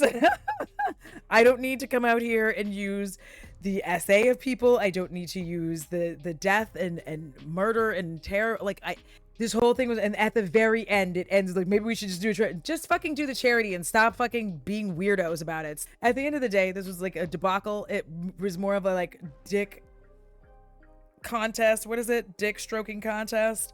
Is that what men do? Is it a dick stroking or a dick measuring? I don't know a lot about dick, to be honest, but they were measuring each other's penises. They were measuring them for size, and it turns out they're both small. They're both very small. I guess congratulations to both of you on making the genocide of an entire people about whether or not you guys like each other. Congratulations, you played yourself. We thank you for bringing us along for the ride. Yes, I know I watched it, but I also know that some of y'all wanted to see and wanted to know what happened. And it was a miserable affair. Thank you so much for coming to watch this garbage dump. And I'm not going to say all men, but some men deserve absolutely nothing. And I feel like these two currently just deserve nothing right now. Eat shit, both of you.